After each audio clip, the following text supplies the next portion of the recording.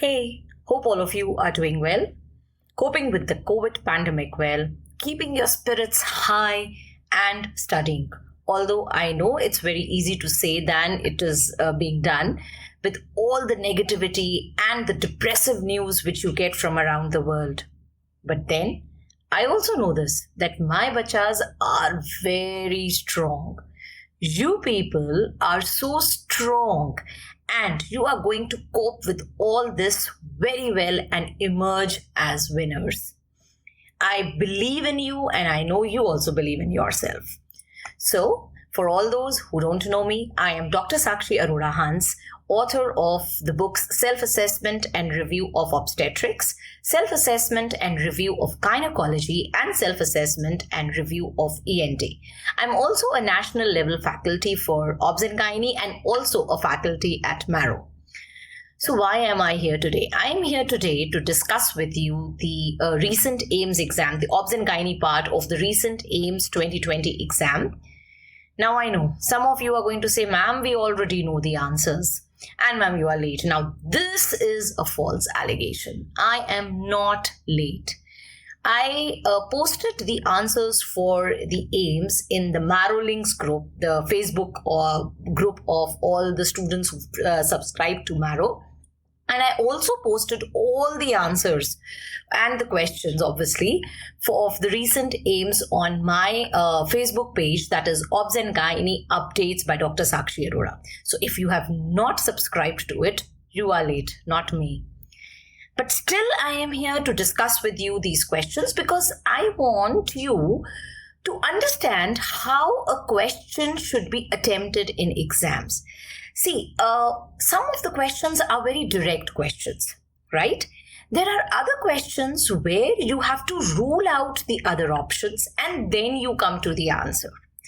And then there are clinical questions. Now, whenever you are doing clinical questions, it is not only important that why that answer, what you are giving is the correct answer. It is also very important to understand that why not the other options. Right? And also, whenever you are solving questions of any exam, any central exam or NEET exam or DNB, what you have to keep in mind is that you also have to know the topic well, right? Anything and everything related to that question. It's not only the correct answer which you have to know, you also have to know important points or important concepts related to that particular topic. And this is exactly the reason why I had to make this video, because when I posted the answers, I could only write in brief about them. Now I want to discuss with you in detail. So I'm highlighting that word in detail about the answer and about the concepts related to that particular question. So let's get rolling. Let's start with discussion of AIIMS June 2020 Obs and Gynae questions, right? So starting with question number 1. A patient with 10 weeks of amenorrhea, size of the uterus 12 to 14 weeks with severe nausea and vomiting, snowstorm appearance on ultrasound, management is. Okay, so I know all of you know what the diagnosis is already, but I want to tell you how to approach to this question. See, the question specifically is telling you that the patient has 10 weeks of amenorrhea, but the size of the uterus is 12 to 14 weeks, right? Which means that the height of the uterus is more than the period of amenorrhea, right? So let us look at those conditions where the height of the uterus is more than the period of gestation. The important conditions where the height is more than gestation is number 1, if it is wrong dates, right? Number 2, multifetal pregnancy. 3rd is molar pregnancy, polyhydramnios, and concealed variety of abruptio. So I know there are other also, but these 5 are the main reasons where height of the uterus is more than the period of gestation, right? Now, the question further says that patient is coming to you with severe nausea and vomiting, right? Now, severe nausea and vomiting, all of you know that is called as hyperemesis gravidarum. The two very important causes for hyperemesis gravidarum are multifetal pregnancy and molar pregnancy. So out of this list of 5 causes, a differential diagnosis, we have now come to 2 differential diagnoses, that either it's a case of multifetal pregnancy or it's a case of molar pregnancy, because in these 2 conditions, the height of the uterus is more than the period of gestation and patient comes to you with hyperemesis gravidarum, that is excessive nausea and vomiting, right? Furthermore, the question says that there is snowstorm appearance on ultrasound. Now, the moment the question says that there is snowstorm appearance on ultrasound, all of you know that now we are confirmed that it's a case of molar pregnancy.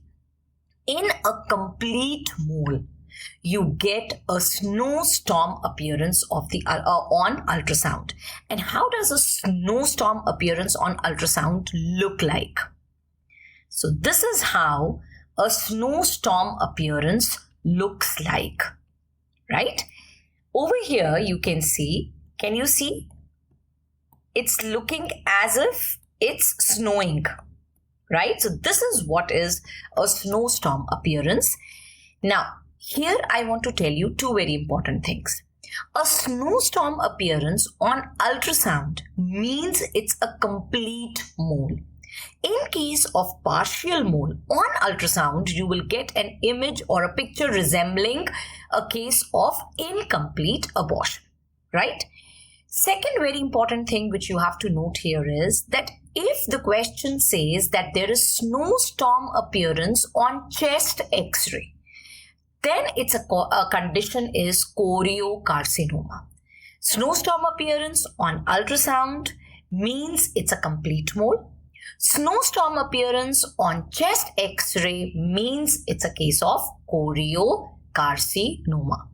And management, now the question is asking you, how are you going to manage this condition? So once I have come to the diagnosis that this is a case of complete mole, my answer would be that I am going to go for suction evacuation. Right? Now, important points which you have to remember about the management of molar pregnancy is that always the management of molar pregnancy is suction evacuation, irrespective of gestational age and irrespective of the size of the uterus. Molar pregnancy means you have to go for suction evacuation. Right? Irrespective of the size, irrespective of the size of the uterus, irrespective of gestational age. That's very important thing which you have to remember. Another important thing which you have to remember is if they ask you, and this is very oftenly asked question, that what is the management of theca lutein cyst in a molar pregnancy, right? Now, remember, theca lutein cysts, they resolve spontaneously after evacuation. You don't have to do anything, right? You manage the molar pregnancy and the cyst resolves on its own. These theca lutein cysts. So in a period of 2 to 4 months, they will resolve on its own once you have evacuated the molar pregnancy. So sometimes in your options, they will say the question will be management of the theca lutein cyst is, and the option would be given as do nothing. Then obviously the correct answer will be do nothing. Sometimes instead of saying do nothing, they say suction evacuation. Now this suction evacuation, don't confuse. It's not suction and evacuation of the cyst. They are talking about suction and evacuation of the molar pregnancy. And yes, you do a suction and evacuation of the molar pregnancy and the cyst will resolve automatically. This is in contrast to the chocolate cyst of endometriosis. The chocolate cyst of endometriosis will not resolve automatically.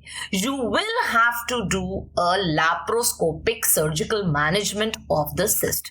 A theca lutein cyst will resolve spontaneously. No special treatment will be needed. Right? The other points which you have to remember are that whenever you are doing, these are a few practical points which you have to keep in mind, that whenever you are doing suction evacuation, do not start oxytocin drip before evacuation, because then that can lead to chances of embolization. Next practical point which you have to remember is that the size of the cannula for evacuation should be 10 to 12, and in all Rh negative pregnancies after evacuation you have to give anti-D, right? After evacuation, if needed, you will have to do a curettage should be done. You might have to do a curettage after doing suction evacuation. Some of the clinicians, they, rather than taking it as an option, they say that it's mandatory to do a curettage after suction evacuation of a molar pregnancy. One thing which is mandatory for every practitioner is that they have to send tissue for histopathological examination after doing suction evacuation, right? So these are a few clinical points which you have to keep in mind when you are doing suction evacuation of a molar pregnancy. Now, a molar pregnancy, once it is evacuated, it has to be followed by beta HCG, and the follow-up should be done for 6 months. Right? And in these 6 months, you are going to advise your patient that she shouldn't become pregnant, right? She shouldn't conceive. So pregnancy is contraindicated for at least 6 months after evacuation of a molar pregnancy. Now, there are certain conditions in a mole where you may have to do a hysterectomy. Right?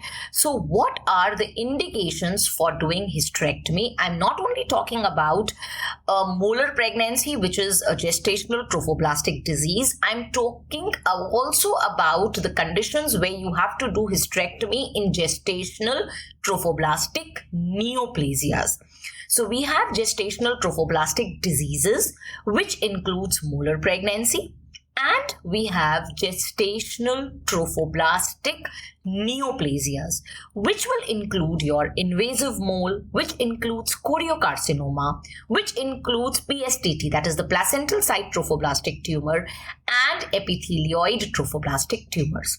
Now, overall, I'm going to tell you what are the indications for doing hysterectomy in gestational trophoblastic diseases as well as in gestational trophoblastic neoplasias.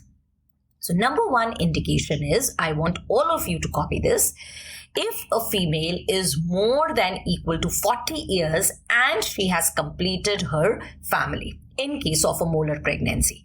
So in a molar pregnancy, if female is more than equal to 40 years and she has completed her family, you can go for hysterectomy.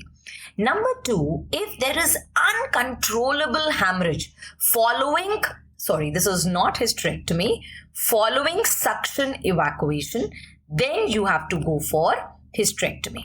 So uncontrollable evacuation following suction evacuation of a mole,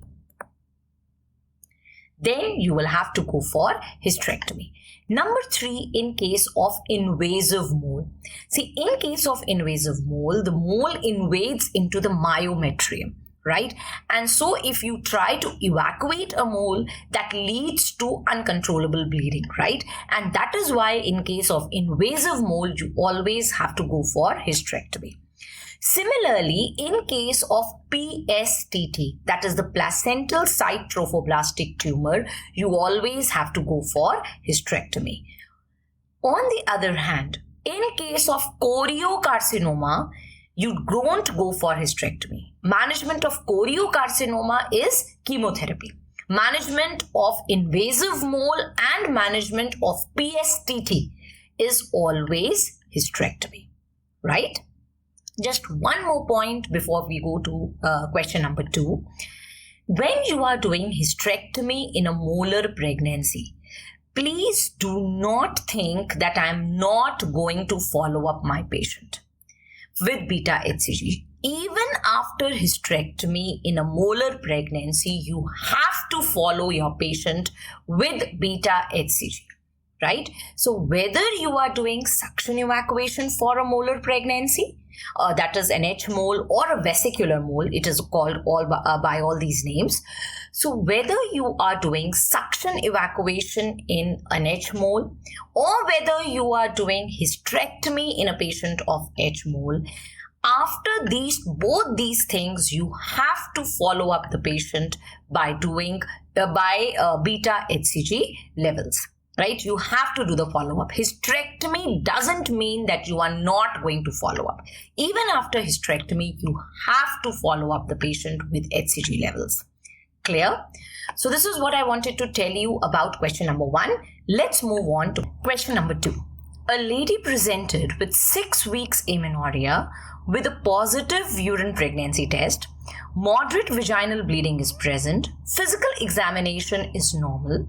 There is no fluid in pouch of Douglas. No gestational sac was seen on ultrasound. What is the next step? Right?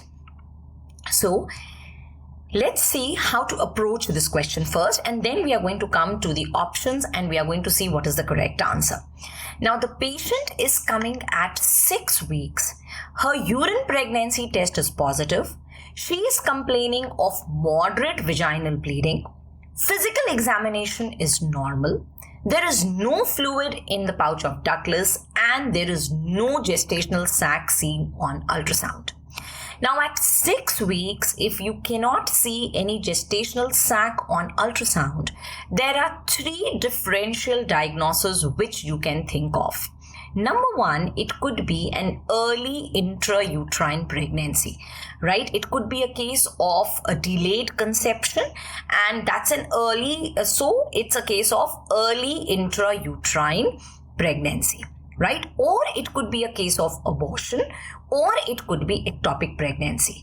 So no gestational sac on ultrasound narrows it down to 3 differential diagnoses. Early intrauterine pregnancy because of delayed conception, or it could be abortion, or it could be ectopic pregnancy. Now, because the patient is coming to you with complaint of vaginal bleeding, that is why early intrauterine pregnancy is ruled out. Right? So I can say no, it's not a case of early intrauterine pregnancy because patient is coming to you with moderate vaginal bleeding. So this narrows it down to 2 things, that either it's a case of abortion or the patient is this is a case of ectopic pregnancy. Now, because in both these cases management is very different, so I have to be very sure of what it is. Now, in order to be sure of what it is, I am going to measure the beta HCG levels. Now, when you are measuring beta HCG levels, about beta HCG, I have to tell you one very important point which we have already discussed in our marrow lectures. But here I am telling you again is that there is something which is called as the critical titer of beta HCG or the discriminatory zone for HCG. Now, the discriminatory zone or the critical titer of HCG means that value of beta HCG above which the gestational sac should be 100% visible in an intrauterine pregnancy. Right? So that is what is the critical titer or discriminatory zone. What's a critical titer or a discriminatory zone? That value of HCG above which the gestational sac should be 100% visible in case of an intrauterine pregnancy, 100% visible on ultrasound in case of an intrauterine pregnancy. Now, the discriminatory zone or the critical titer for HCG, all the marrow students, please note that it is 2000 international units. In the videos, I have told you it is take between 1000 to 2000 and the most commonly taken value is 1500 international units. But the up to date says, and that's a very recent thing which I'm telling you, that the discriminatory zone should be taken as 2000 international units of HCG. right, for TVS. So for TVS, the critical titer for HCG is 2000 international units, and in case of TAS, it is 6500 international units. So I am going to measure beta HCG levels.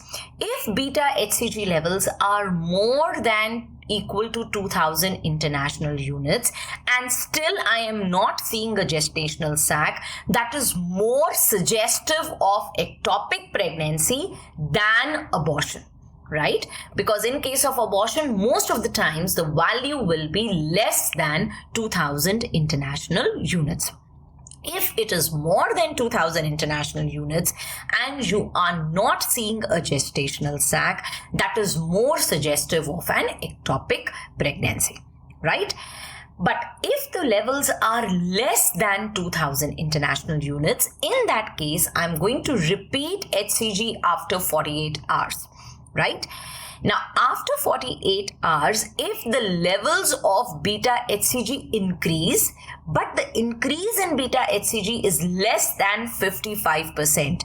Why I am stressing on 55% is that in a normal pregnancy, we generally say that the levels of HCG double after 48 hours. Actually, they do not double after 48 hours. The levels in a normal pregnancy, the normal intrauterine pregnancy, after 48 hours, the beta HCG levels increase by 55 to 65%.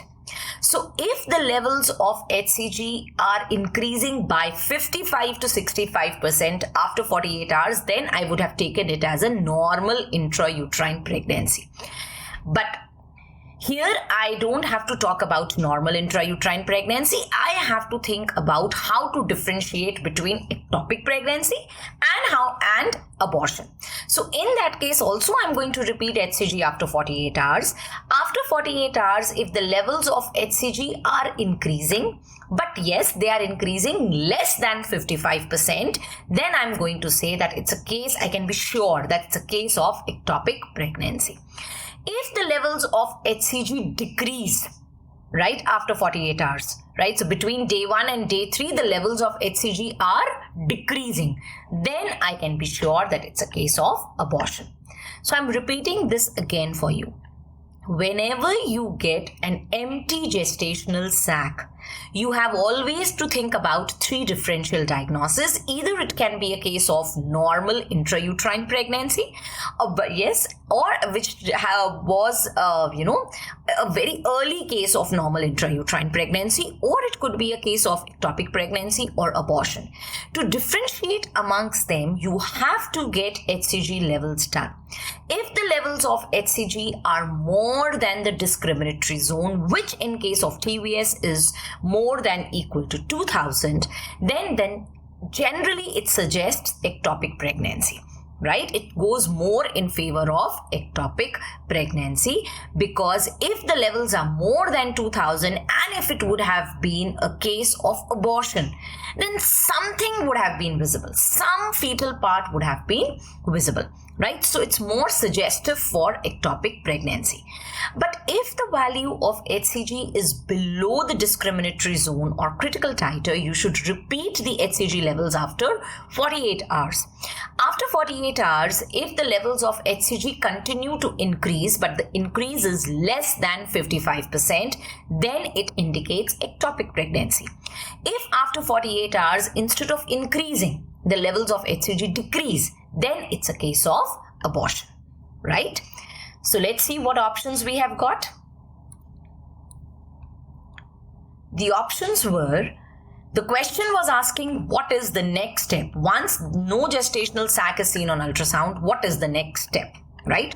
Option A, declare as a complete abortion and follow up in 15 days. No. Admit and observe. No. Follow up with beta HCG. Yes. Exploratory laparotomy. No. I cannot, just based on this question, I cannot tell whether it's a case of ectopic or whether it is a case of abortion. So I'm not going to go for option A. I'm not going to go for option D.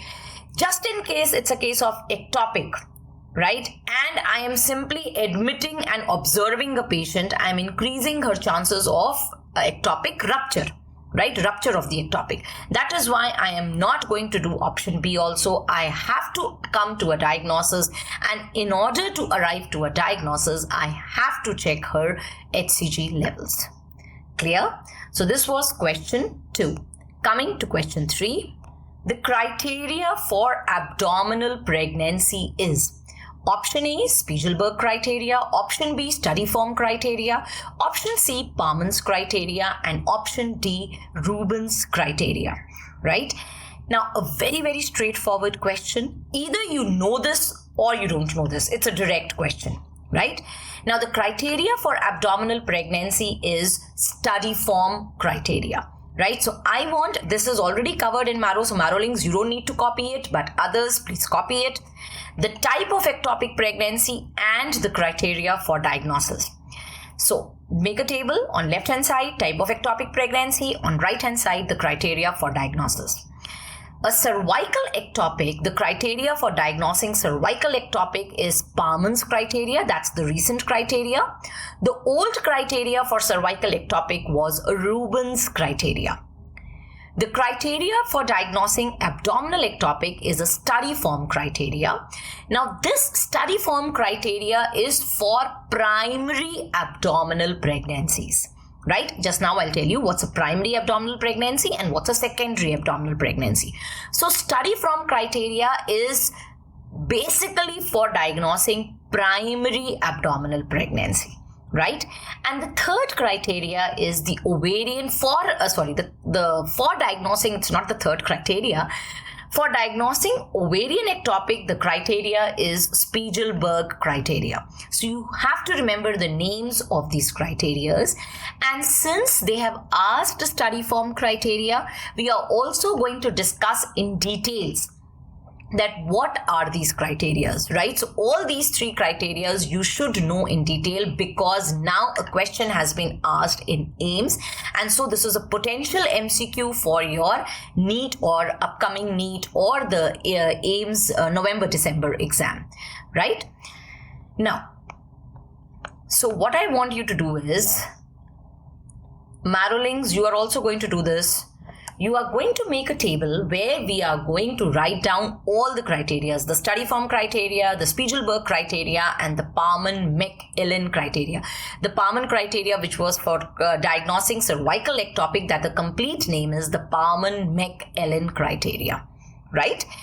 Now, before I start telling you about the study form criteria, what you have to understand is that abdominal ectopic means that the pregnancy is lying in the abdominal cavity, right? Now, if the zygote is lying in the abdomen or in the peritoneal cavity, it can happen because of 2 reasons. Number 1 reason could be that per se the ovum and the sperm, the union happened and the zygote came out and it got implanted in the abdominal cavity. So if the zygote per se got implanted in the abdominal cavity, then that's called as a primary abdominal ectopic pregnancy, right? Now, primary abdominal ectopic pregnancy is very rare. Most of the times what happens is that there was an ectopic pregnancy in the tube which got aborted and it came to lie in the peritoneal cavity, right? That will also be called as an abdominal ectopic pregnancy, but it will be a secondary abdominal ectopic pregnancy. Or it could be that tubal rupture happened and the zygote came inside the peritoneal cavity and got implanted there. So if the abdominal ectopic is happening because of tubal rupture or because of tubal abortion, then that's called as a secondary abdominal pregnancy, right? If per se the zygote got implanted in the peritoneal cavity, then that's called as primary abdominal pregnancy, right? Most of the times you get a secondary abdominal pregnancy. Primary abdominal pregnancy is rare, right? And study form criteria is for diagnosing primary abdominal pregnancy, right? Now, what does the study form criteria say? The study form criteria says that both the tubes and the ovary should be normal. Then only you are going to say it's a primary abdominal pregnancy. There shouldn't be any mark of injury on the tubes or on the ovaries. Right? That's common sense. If I'm saying it's a primary abdominal pregnancy, it should not be a case of tubal abortion or tubal rupture. In short, right? So both the tubes and the ovaries should be normal. There shouldn't be any mark of injury on any one of them, right? Number 2, there shouldn't be any uteroperitoneal fistula. So there shouldn't be any fistula in the uterus from which the zygote came out, right? So there shouldn't be any uteroperitoneal fistula. So it has to be a primary abdominal pregnancy, in other words, right? And number 3, the placenta should be attached exclusively to the peritoneal surface. So these are the 3 points which are included in the study form criteria to diagnose a primary abdominal pregnancy. Right? Nothing to mug up here. It's just understanding that because we are diagnosing primary abdominal ectopic, so obviously the tube should be normal, ovary should be normal, there shouldn't be any uteroperitoneal fistula, and the placenta has to be attached exclusively to the peritoneal surface.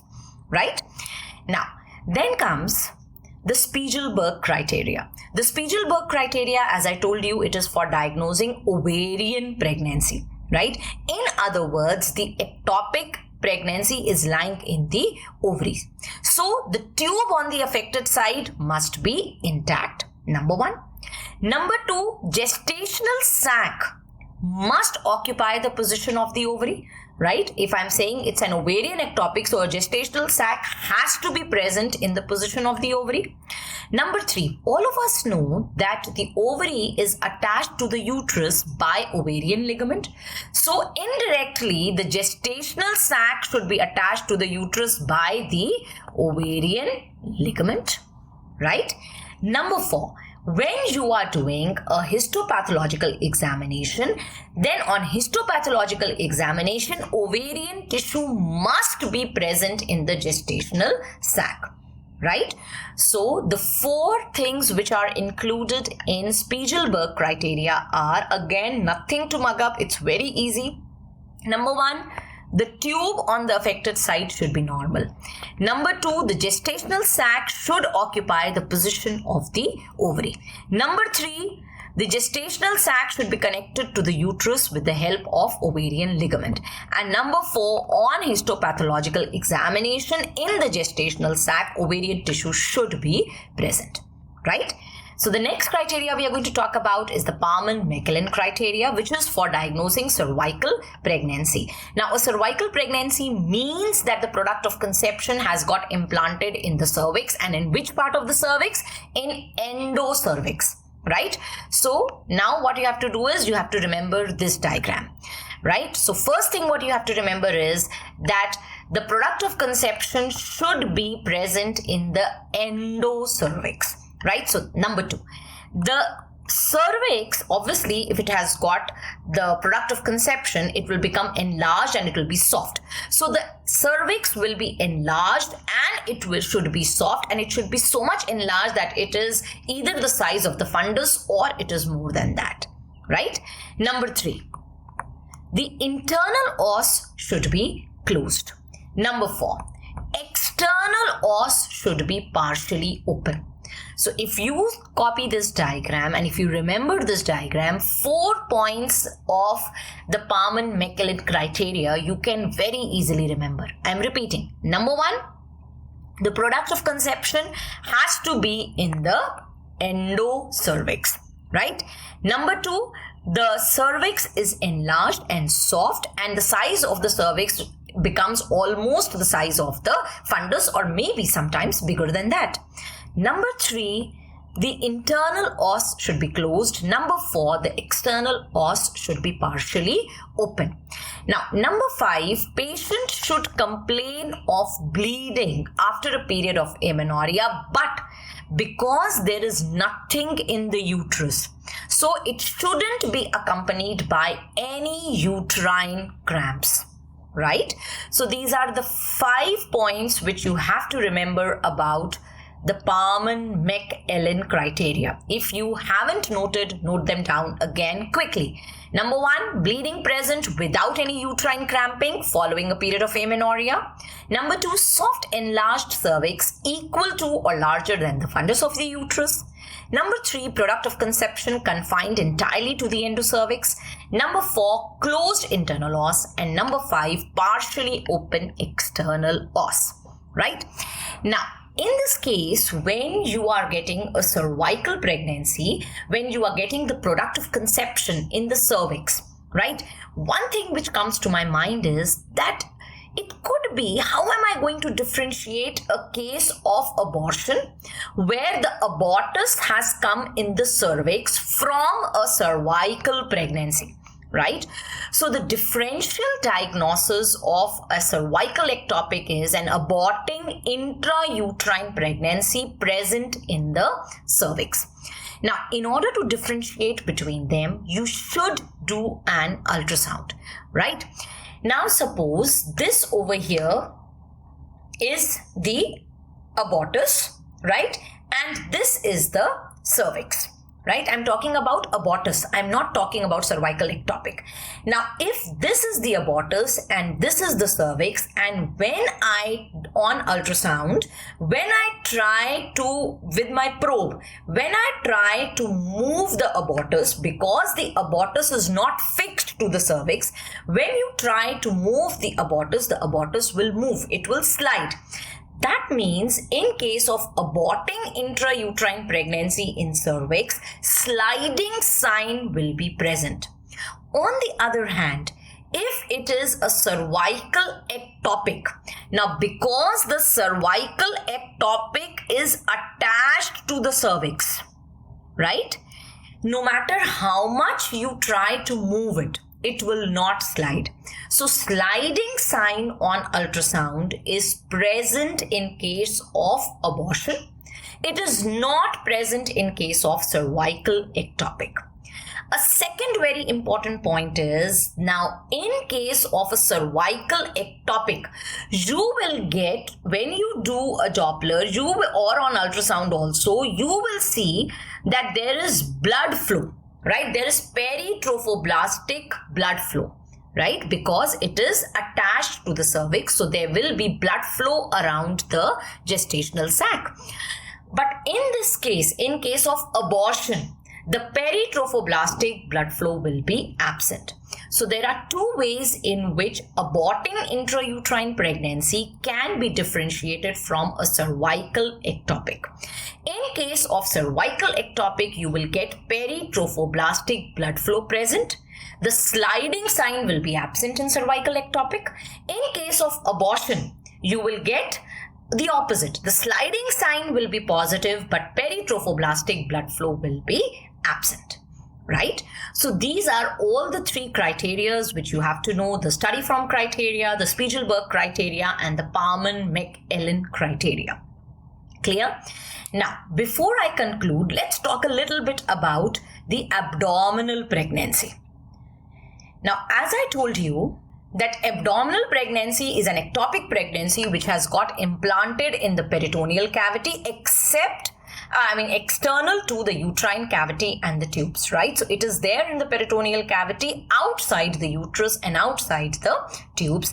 The incidence of abdominal pregnancy is very rare. It is 1 in 10,000 pregnancies. It may occur as a case of a primary ectopic, a primary abdominal pregnancy, or it may be a case of a secondary abdominal pregnancy.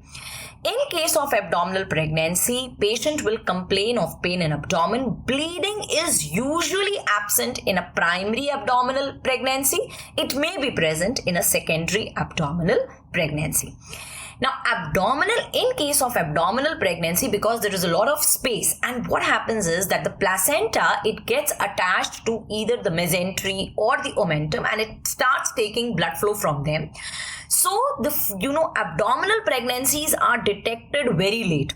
abdominal pregnancy can continue for a very long period of time. So in my marrow lectures also and during my live classes also, I tell you that if they ask you that in which case of ectopic pregnancy, the ectopic pregnancy can continue for the longest period of time, it's an abdominal pregnancy. So much so that an abdominal pregnancy sometimes can also continue up till term, right? So abdominal pregnancies are detected very, very late, and it's very difficult to diagnose also abdominal pregnancy. When you do a per abdominal examination in case of abdominal pregnancy, the typical uterine contour will be absent, right? And because the fetus will be lying in the peritoneal cavity, the fetal parts will be felt superficially. Braxton Hicks contractions, the contractions, the painless contractions, irregular, irrhythmic contractions which are happening in the uterus in a normal intrauterine pregnancy, they will also be absent, right? Fetal heart sounds will be heard very superficially. Clear?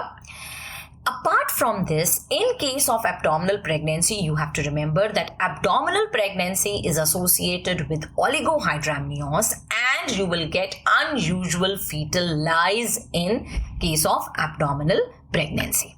If I have to diagnose abdominal pregnancy, I am going to do an ultrasound. On ultrasound, there are two findings which will tell me that this is a case of abdominal pregnancy and not an intrauterine pregnancy. And these two findings are, number one, you will not get any myometrium between the fetus and between maternal anterior abdominal wall or between the bladder.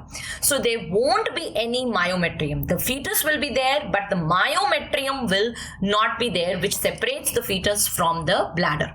Right? So there won't be any myometrium. You will just get the fetus and either the abdominal wall or the bladder. No myometrium in between.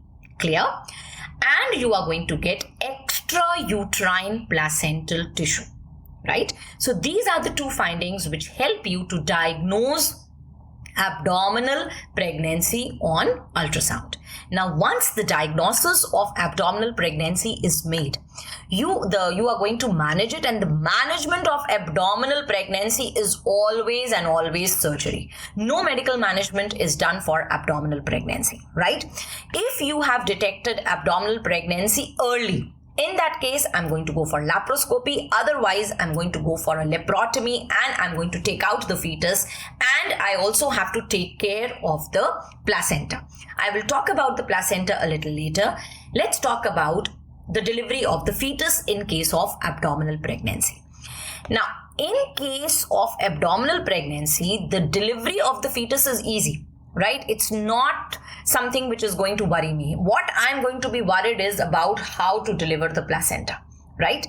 Now, what you have to remember is that in case of abdominal pregnancy, when the fetus is delivered, it is associated with a number of malformations, which includes problems like facial asymmetry, limb abnormalities like CTEV, hypoplastic limbs, and CNS malformations.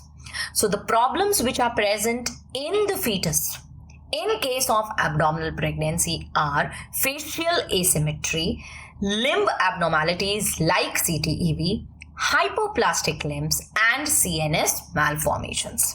Right? Another very important point which I told you, which you have to remember, is that in abdominal pregnancy you get oligohydramnios. Right? Now comes the placenta. Now, when I have to manage the placenta, this is the most troublesome part, because if I remove the placenta, there are chances of hemorrhage. A lot of bleeding might happen because placenta usually is attached to the mesentery or to the omentum, and that's going to lead to a lot of bleeding. So what we do is we leave the placenta. In many cases, if the placenta cannot be removed easily, we are going to leave it in situ. Now, if you leave the placenta in situ, again, it is associated with problems like it could get infected, and that can lead to abscess formations, adhesions, and intestinal obstruction. Right? So it's not a good situation either ways. If you remove it, there are chances of hemorrhage. If you leave it in situ, then it can lead to abscess, it can lead to adhesions, it can lead to intestinal obstruction.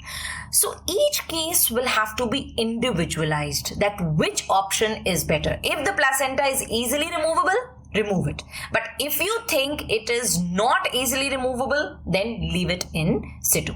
Now, when you leave the placenta in situ, you know that you have to follow it up with HCG. Now, role of methotrexate is not very clear. Some books say that you can use methotrexate. Some say that the studies have been done and it is said that giving methotrexate is not beneficial, right? So, plus minus methotrexate. You may or you may not give methotrexate. Clear? Now, another very important point which you have to remember about abdominal pregnancy is that the levels of alpha fetoprotein are raised in an abdominal ectopic pregnancy, right? So I think from here you would have understood that if you are getting a question in your central exams, not only the answer to that question becomes important, everything related to that topic becomes very important because that becomes a potential MCQ. Coming to question number 4, a hypertensive pregnant female, very important point. She's presenting with abdominal pain, vaginal bleeding and loss of fetal movement. Now, whenever there is an hypertensive pregnant female who's coming to you with abdominal pain and vaginal bleeding and loss of fetal movement, one thing which comes to my mind straight away is abruptio. Because in abruptio, abruptio, there has to be a reason for the placenta to separate. And the two very important reasons for the placenta to separate are trauma and PIH. Right? Now, since this patient is hypertensive, since she's coming to you with abdominal pain and vaginal bleeding, and there is loss of fetal movement, all these things go in favor of abruptio, right? Now, let's see why not the other options. It is not a case of placenta previa because in placenta previa, the bleeding is painless. Right? Abdominal pain is never seen in case of placenta previa. Another very important point is PIH is not a risk factor for placenta previa. It is a risk factor for abruptio. Now, why not hydramnios? Now, in case of hydramnios, yes, because the uterus is over-distended, patient might have abdominal pain. But then, why vaginal bleeding and why loss of fetal movements? Right? So vaginal bleeding is going totally against hydramnios. And again, why not preterm labor? Now, in preterm labor, yes, abdominal pain will be present, but then loss of fetal movement is something which is going against preterm labor. In preterm labor, patient will not have loss of fetal movements.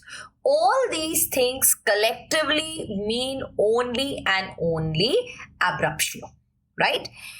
You should know that in case of abruptio, you are always going to have some or the other inciting factor, and that inciting factor is either trauma or PIH. Whereas in case of placenta previa, it is causeless bleeding. There is no reason for bleeding in case of placenta previa. Most of the times, patient will say that she was sleeping and when she got up, she found herself in a pool of blood.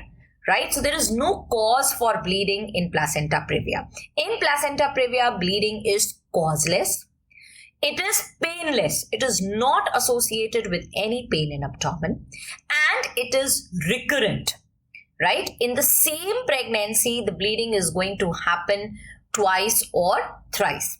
Initially, in case of placenta previa, there is small amount of bleeding, which is called as warning hemorrhage, followed by excessive bleeding, and bleeding is red in color. In case of placenta previa, fetal heart sounds are normally heard. The fetal condition is generally good in placenta previa. Now, this is in contrast to what happens in abruptio. In case of abruptio, there has to be a reason for bleeding, which could be trauma or PIH. Bleeding is associated with pain in abdomen.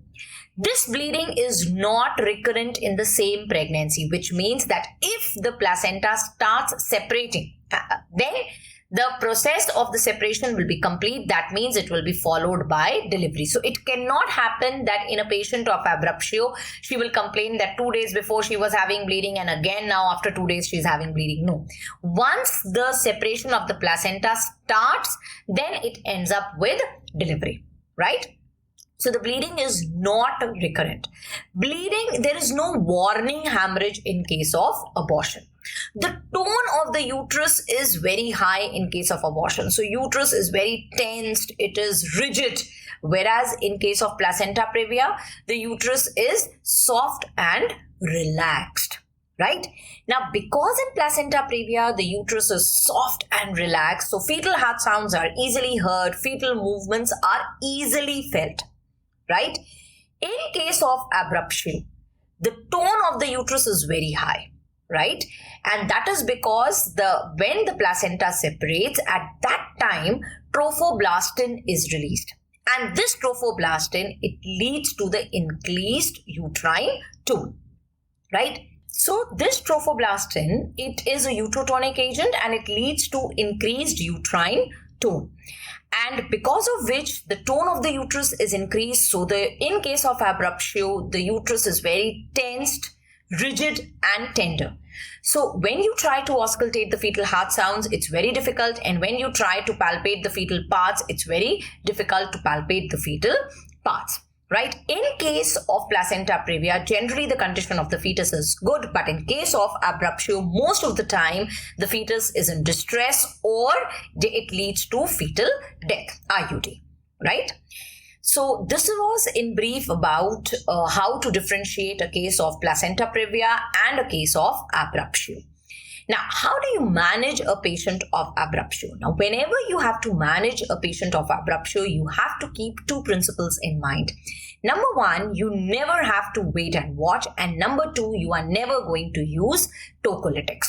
Why? Because the more you delay, the interval between the onset of abruptio and the onset of delivery is very, very important. The more is the interval between the onset of abruptio and the delivery, more are the chances of patient having DIC. That is why we never wait and watch in a patient of abruptio and we never use tocolytics because we do not want to delay the delivery. We want to hasten the process of delivery, right? So the management of abruptio is you have to go for obviously resuscitation of the mother and immediate termination of pregnancy. So you are going to manage the mother and simultaneously you are going to terminate her pregnancy. Now, when I say you have to terminate her pregnancy, the next very important thing comes is what is the mode of delivery in a patient of abruptio. Now, in case of abruptio, what you have to see is whether the fetus is alive or whether the fetus is dead. If fetus is alive and vaginal delivery is about to happen, which generally is the case of abruptio, because as I told you, trophoblastin is released and trophoblastin is a uterotonic agent. So generally in case of abruptio, vaginal delivery is imminent, and if vaginal delivery is imminent, I'm going to go for vaginal delivery. But if vaginal delivery is not about to happen, I'm not going to wait in that case, right? Because I know the more I wait, more are the chances of my patient having DIC. So in that case, I'm going to go for cesarean section.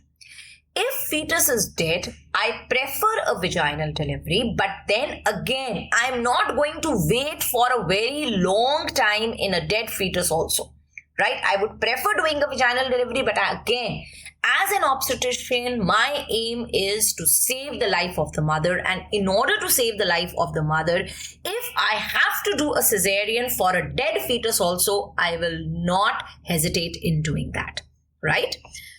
So the dictum here in management of abruptio is the bottom line, which you have to remember is that the more is the interval between the onset of abruptio and delivery, more are chances of DIC, and that is something which I do not want, right? I want to expedite the process of delivery. So when you are thinking about expediting the process of delivery, you can also think about induction of labor. In a patient of abruptio, remember, misoprost is not used for inducing labor because that can lead to excessive tone of the uterus. It can lead to tachysystole. What is tachysystole? If a pregnant female, she has more than equal to 5 contractions in 10 minutes, that is called as tachysystole. So whenever you are doing induction of labor in an abruptio patient, misoprost is contraindicated. You may use oxytocin, or you can go for an artificial rupture of membranes. It is seen, it is practically seen that if you rupture membranes in a patient of abruptio, then the delivery process happens quickly. Although there are no studies which support this, but then there are no studies which say that this is harmful also. Right? It shouldn't be done. There are no studies either ways. That is why most of the times you will see the clinicians that in patient of abruptio, they will go for early rupture of membranes so that the process of delivery is expedited. Right? So this was your question number 4. Anything and everything what I wanted you to know about abruptio in brief, I've told you here. Coming to question number 5. Not a component of biophysical profile, right? And the options which were given to you are option A, contraction stress test, option B, fetal movement, option C, fetal breathing, option D, non-stress test, right? Now, whenever a pregnant female comes to you with a complaint of decreased fetal movement, right? What am I going to do? I'm not going to say the fetus must be sleeping, so please go, you also go and sleep. No, I'm not going to do that, right? Decreased fetal movement in a pregnant female is, most of the times it is an indicator that yes, the fetus will be in jeopardy, right? So I am not going to take any chances. Whenever a female comes to me with decreased fetal movements, I'm going to do a screening test, and the screening test which I'm going to do is modified biophysical score. Yes. This is the best screening test for decreased fetal movement. If modified biophysical score is not given in the options, then you are going to say that for decreased fetal movements, the next step is NST, non-stress test. But the best answer is that if a female comes to you with decreased fetal movements, a pregnant female, obviously, what is the next step? The next step is modified biophysical score. This is the best answer, right? Now, I'm going to talk about modified biophysical score just now. Now, if NST, it comes out to be non-reactive, right? And modified biophysical score, I'll tell you just now.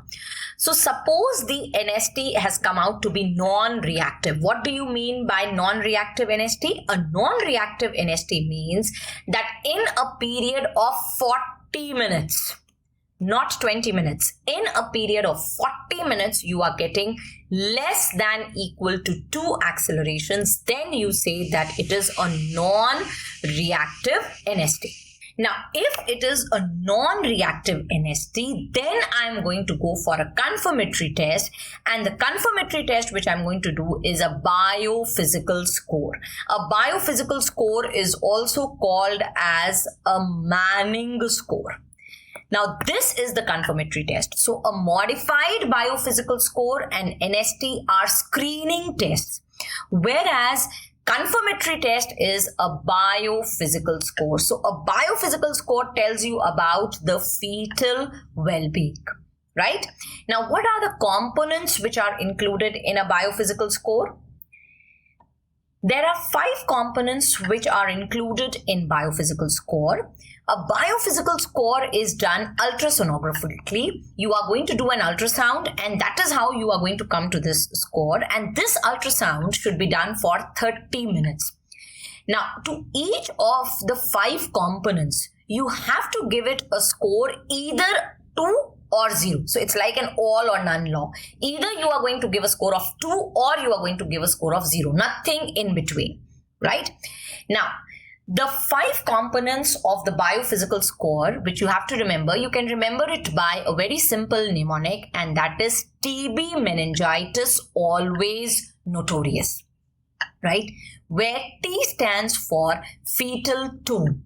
Now, in case of fetal tone, what I have to see is that in a period of 30 minutes, if I am getting flexion, then extension, and then flexion of the fist, right, then I'm going to give a score of 2. But if I am not getting this movement of flexion, extension, and then flexion of the limb, then it will be a score of 0, right? Then B stands for fetal breathing movement. In a period of 30 minutes, I should get 1 breathing movement for 30 seconds.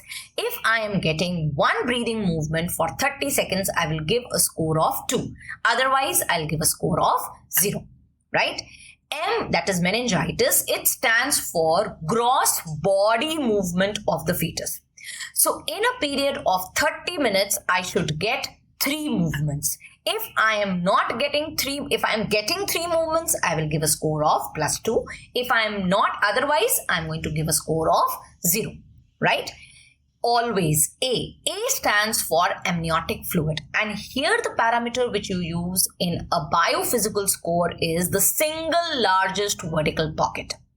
So you should get at least 1 single largest vertical pocket of 2 centimeters. If you are getting at least 1 pocket of 2 centimeters, you will give a score of +2. Otherwise, a score of 0. And N stands for NST. If the NST is reactive, then a score of +2. If it is non-reactive, then a score of 0. Right? I told you what is a non-reactive NST. If you are getting less than 2 movements in a period of 40 minutes. So this means that all these 5 criterias or components I have to check for a period of 30 minutes. And maximum score which you can get in a biophysical profile is 10 by 10. If you are getting a score of 8 by 10 or 10 by 10, then that means the fetus is not compromised.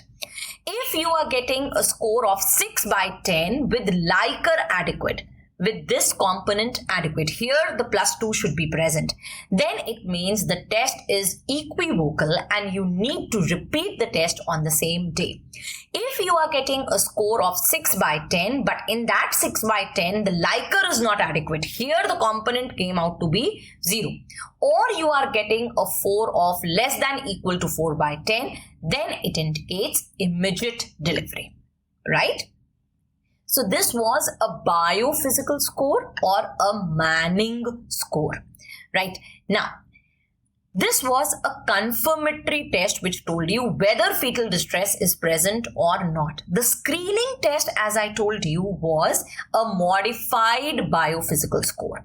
In modified biophysical score, there are only 2 components which you have to see. Number 1, NST, and number 2, amniotic fluid. Now, here comes the difference. In case of modified biophysical score, when you are seeing the amniotic fluid, it is not the single largest vertical pocket which you have to see. You are going to measure the AFI, the amniotic fluid index. In biophysical score, you are measuring single largest vertical pocket. In modified biophysical score, you are measuring the amniotic fluid index. Because biophysical score takes 30 minutes time, and that's a very long time, and so it becomes a confirmatory test. Because in modified biophysical score, I'm seeing only 2 components, so it's a very quick test. It doesn't require 30 minutes, and this becomes a screening test, right? Now, in a modified biophysical score, NST we are taking because if there is any acute injury to the fetus, if any acute problem has happened with the fetus, then the NST will come out to be non-reactive. And if there is any chronic problem with the fetus, then AFI will come out to be abnormal. So a modified biophysical score with only 2 components tells you both about the acute problems and as well as the chronic problems. The NST will tell you about the acute injury to the fetus, and the AFI will tell you about the chronic injuries to the fetus, right? Now, the other important points which you have to remember is this point I'm giving you in the form of an MCQ which was asked, a very, very important MCQ. If fetus is suffering from hypoxia, which of the following biophysical score parameter will be affected last, right? So if there is hypoxia, which biophysical score parameter will be affected last? Right? Now, just now I told you that whenever there is any acute injury to the fetus, then the NST will be the first to get altered, right? So whenever there is hypoxia, the first thing which will happen is the loss of acceleration. Loss of acceleration means now you are going to get less accelerations on fetal heart rate. In other words, the NST will come out to be abnormal. The other important points. Now, the other important points which I want to tell you is, suppose a fetus has suffered from hypoxic injury.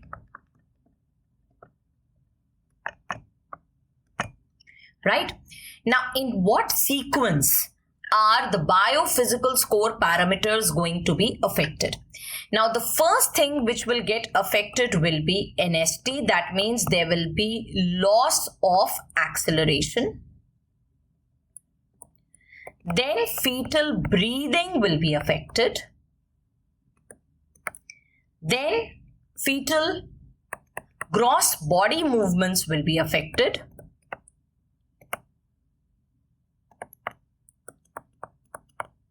And this is, we are talking about acute hypoxic injury, right? And the last parameter which is going to be affected is fetal tone, right?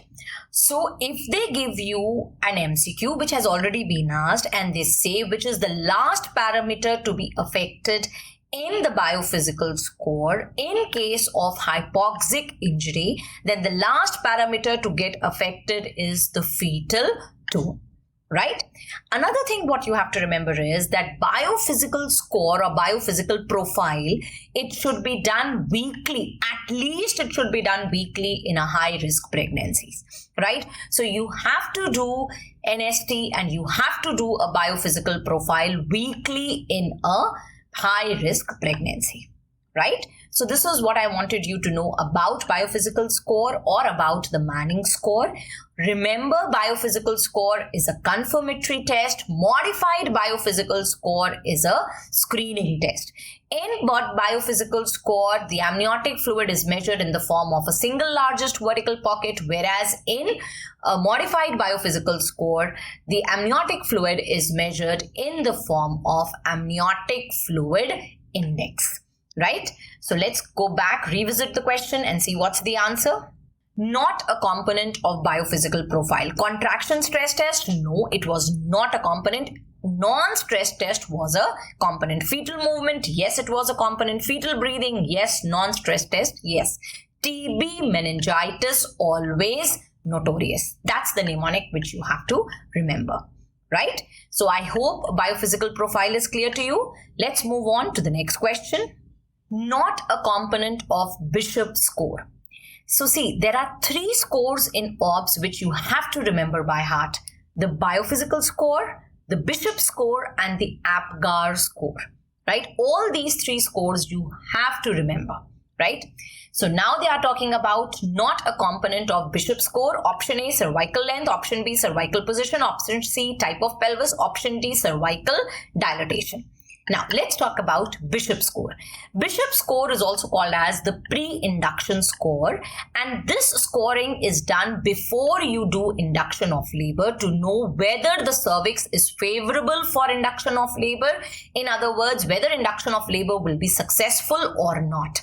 right? So that is why it is also called as a pre-induction score. Now, in case of Bishop score, there are 5 components which you are going to look at, and the mnemonic for them is Delhi Police Employed Special Commandos, right? Now, in case of Bishop score, to each of these components, you are going to give a score ranging from 0 to 3. Either it is going to be 0 or 1 or 2 or 3. It's not like biophysical score where either you give a score of 2 or 0, right? Here it is going to vary. Either it is going to be 0 or 1 or 2 or 3, right? So let's start with the Bishop score. Now, first thing is Delhi, D. D stands for dilatation of the cervix, and this is the most important component of the Bishop score, right? Now, if the cervix is closed, you are going to give a score of 0. If it is dilated by 1 to 2 centimeters, then you give a score of 2. If by 3 to 4 centimeters, then you give a score of 2. And if it is more than equal to 5 centimeters dilated, you give a score of 3. So I'm repeating, if the cervix, and this table you have to mug up, because once in AIIMS, they had asked a question where they had given you the, that this much is the dilatation of the cervix, this is the position of the cervix, this is the station of the fetal head, calculate the Bishop score, right? So you have to remember this table. If the cervix is closed, it's a score of 0. If it is 1 to 2 centimeters dilated, you get a score of 1. If 3 to 4 centimeters dilated, a score of 2. And if it is more than equal to 5 centimeters, you give a score of 3, right? Then P stands for position of the cervix. Now, this is the least important criteria in a Bishop score. If the cervix is posterior, you give a score of 0. If the cervix is mid, you give a score in the middle, then you give it a score of 1. And if the position of the cervix is anterior, you give a score of 2. So you will note here that in Bishop score, certain things are being given a score of 3 maximum, and certain components are being given a score of 2 maximum, right? Later on, we'll come to this also. E stands for effacement of the cervix, right? Now, if the cervix effacement means the length, by how much has the length of the cervix reduced, right? So if the cervix is, the length of the cervix is reduced by 0 to 30%, that is called as effacement of the cervix. So then you give it a score of 0. If it is 40 to 50%, then a score of 1. If 60 to 70%, a score of 2. Or if more than 80%, a score of 3. All of you know that as the cervix dilates, its lengths become short, right? So what I'm going to tell is how much has this length become short, and instead of using the term length, that this is the length of the cervix, I'm going to use the term the effacement of the cervix, that by what percentage it has become short, right? So if it has become short by 0 to 30%, it will be called as, you will give a score of 0. If 40 to 50%, then a score of 1. If reduced by 60 to 70%, a score of 2. And if more than 80%, a score of 3, right? Then S, special commandos, right? Delhi Police Employed Special Commandos. Then the next component is station of fetal head. So it was Delhi Police Employed Special. S stands for station of fetal head. So if station of fetal head is -3, you are going to give a score of 0. -2 means a score of 1. -1 or 0 station. 0 station means that the head of the fetus is now at the level of ischial spine. Then you are going to give a score of 2. And if it is below the level of ischial spine, whether it is 1 centimeter below or 2 centimeter below, that is +1 or +2, you are going to give a score of 3. So I'm repeating, -3 means 0, -2 means 1, then -1 or 0. Both means a score of 2, and if it is below that, it means a score of 3, right? And then the last thing is Delhi Police Employed Special Commandos. So C stands for consistency of the cervix. If consistency of the cervix is firm, you give a score of 0. If it is medium, you give a score of 1. And if it is soft, then you give a score of 2, right? So here I am seeing that the position of the cervix and the consistency of the cervix, these are two things where maximum score is going up till 2. Whereas there are 3 components, S, E, D. The station of the fetal head, the effacement, and the dilatation. These are the scores where the maximum scores are going up till 3. So in this case, if I ask you what is the maximum score which you can get in Bishop, because 3 components maximum is up till 3, so 3 into 3 is 9, and because 2 components maximum is up till 2, so 2 into 2 is 4. That means 9 plus 4 is 13. So maximum a female can get a score of 13 in Bishop score. I am repeating. You have to understand this. There are 2 components of Bishop score, the position and the consistency of the cervix, where the maximum score is going up till 2. And there are 3 components, S, E and D, where the maximum score is going up till 3. So in Bishop, the maximum score can go 3 multiplied by 3, that is 9, and 2 multiplied by 2, that is 4. So 9 plus 4, 13. So out of this 13 score, if any female gets a score of more than equal to 9, so either in the question it will be written as more than equal to 9 or more than 8. It's one and the same thing whether I say it's more than equal to 9 or whether I say more than 8. Right? Because so many times students are going to ask me, ma'am, you said in class it's more than equal to 9 and somewhere else we were taught more than 8. So it's one and the same thing. Right? Then it means the cervix is favorable and induction of labor can be done, and induction of labor will also be successful.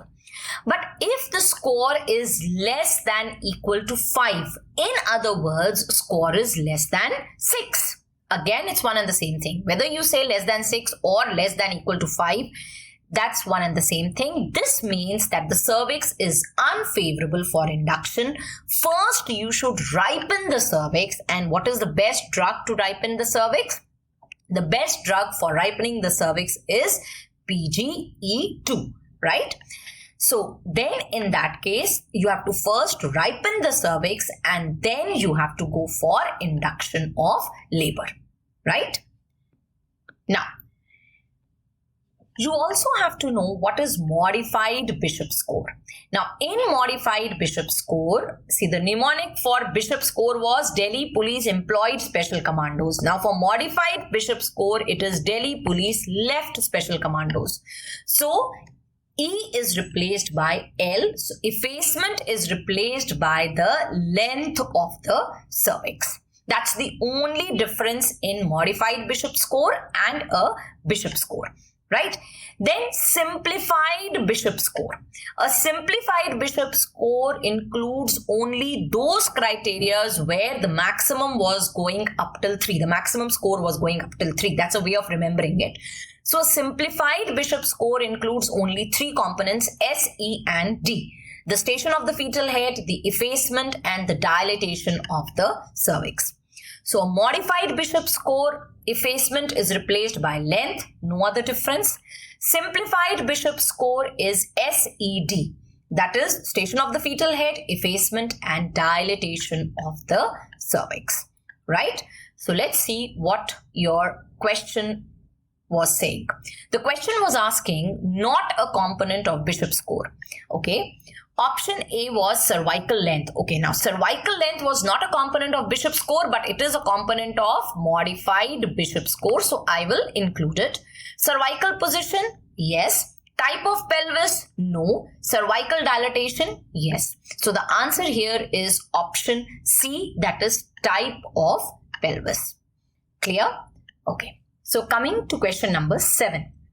Now the question number 7 says ESR is increased in pregnancy due to, and the options which were given were option A, platelets, option B, fibrinogen, option C, albumin, option D, prothrombin. Now, always in my lectures, be it a live class, be it marrow, I have told you that ESR is increased in pregnancy because of the fibrinogen, right? Now, this is something which we have done many times. Now, what in this question, what I basically want to show to you is an exact line from Williams which consolidates the answer. So, this is what Williams says, another marker of inflammation, the ESR, is increased in normal pregnancy because of elevated plasma globulins and fibrinogen levels. So it is because of globulins and because of fibrinogen that the levels of ESR are increased in pregnancy. Remember that not only is ESR increased in pregnancy, all inflammatory markers, they are increased in pregnancy. For example, leukocyte alkaline phosphatase will be increased in pregnancy. C-reactive protein will be increased in pregnancy. The complement factors C3 and C4 will also be increased in pregnancy. So any kind of inflammatory marker, which includes the ESR, the C-reactive protein, the leukocyte alkaline phosphatase, C3 and C4, all of them are increased in pregnancy. Now, as far as fibrinogen levels are concerned, fibrinogen is clotting factor number 1. Now, in pregnancy, all clotting factors are increased in pregnancy except clotting factor number 11 and 13. Now, since all clotting factors are increased in pregnancy and pregnancy is a hypercoagulable state, so obviously serum fibrinogen levels are increased in pregnancy, and because serum fibrinogen levels are increased in pregnancy, that is why ESR is also increased in pregnancy, right? Coming to question number 8. Now, the question number 8 is, a patient who was known to have Graves' disease and was on anti-thyroid medication. Newborn baby has aplasia cutis. What is the medication? So I know all of you know this answer. Aplasia cutis, you know that it is going to be methimazole, and if methimazole is not there, it is going to be carbimazole. So the answer here is not important. I mean, it is, but the topic is very important also. So thyroid disorders in pregnancy is one of those topics which are not very commonly taught. And so I thought that let me deal with hypothyroidism and hyperthyroidism in pregnancy in detail over here, right? So let's talk about hypothyroidism in pregnancy. Now, the most common cause of hypothyroidism in pregnancy in developing countries is iodine deficiency, whereas in case of developed countries, it is Hashimoto's thyroiditis. Now, symptoms of hypothyroidism in pregnancy and in a non-pregnant female, they are the same. So there is no special symptom of hypothyroidism during pregnancy. Rather, during pregnancy, the normal symptoms of pregnancy and the symptoms of hypothyroidism, they mimic each other. For example, normally also in pregnancy there is weight gain. There is weight gain due to hypothyroidism also. Normally in pregnancy also a female experiences fatigue, and fatigue is also a symptom of hypothyroidism. Then yes, in hypothyroidism you get cold intolerance, and cold intolerance, you know, is not a normal feature in pregnancy, right? So the symptoms of normal pregnancy and the symptoms of hypothyroidism, they mimic each other except for cold intolerance. Many patients who have hypothyroidism during pregnancy are asymptomatic, right?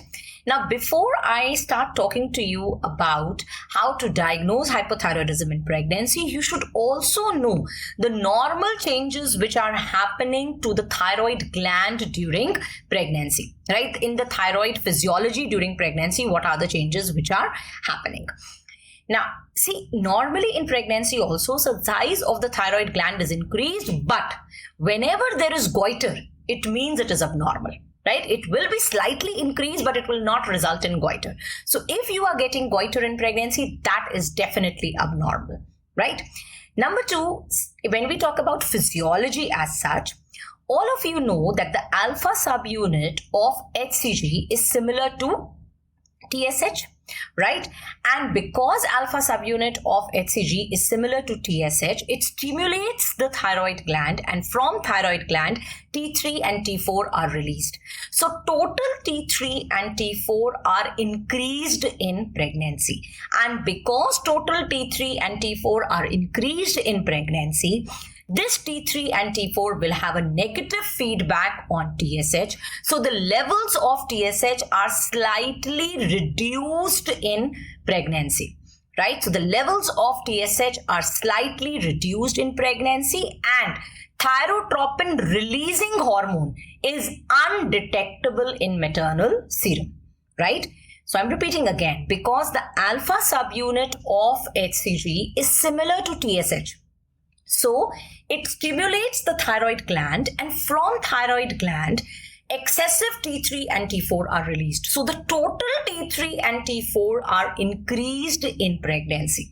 Now this T3 and T4, it will have a negative feedback on TSH. So the levels of TSH will be reduced in pregnancy, and the levels of TRH, the thyrotropin releasing hormone, will also be decreased in pregnancy, right? Now, although the levels of T3 and T4 are increased, the free T3 and T4 levels remain normal in pregnancy. This is because thyroid binding globulin is increased in pregnancy. So in pregnancy, all globulins are increased. Albumin is decreased in pregnancy. This we know. Now, when we say globulin is increased, it is not only the simple globulin, the sex hormone binding globulin is also increased. Thyroid binding globulin is also increased. Right now, because thyroid binding globulin is increased in pregnancy, so free T3 and it will bind more to T3 and T4. So because it will bind more to T3 and T4, so free T3 and free T4, they remain normal during pregnancy. So although total T3 and T4 are increased, but thyroid binding globulin is also increased.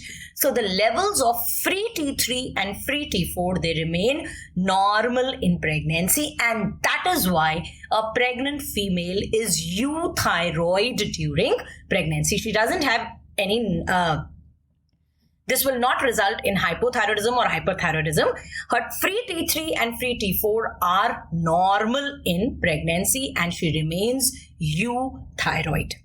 Another important point which you have to remember is, throughout pregnancy, maternal thyroxine is transferred to the fetus, and it is this maternal thyroxine which is important for fetal brain development, right? Now, this doesn't mean that fetal thyroid gland will not secrete its own thyroxine. It will secrete its own thyroxine, but maternal thyroxine also plays a very important role in fetal brain development, right? Now, the fetal thyroid gland, it starts secreting thyroxine by 12 weeks, but still maternal contribution is very, very important. At term, the maternal thyroid, it contributes to 30% of thyroxine in fetal serum. So 30% of thyroxine in fetal serum will belong to mother at term, right? So this is what you had to remember about the thyroid gland's physiology and about how maternal thyroxine is going to influence the fetus.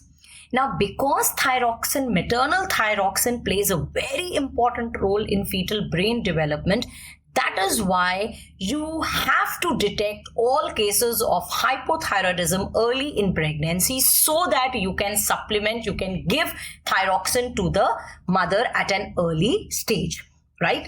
And how am I going to diagnose hypothyroidism? For diagnosing hypothyroidism, we are going to measure the TSH levels. The upper limit of normal TSH is 4 milliunits per liter, right? So you are going to measure the TSH levels.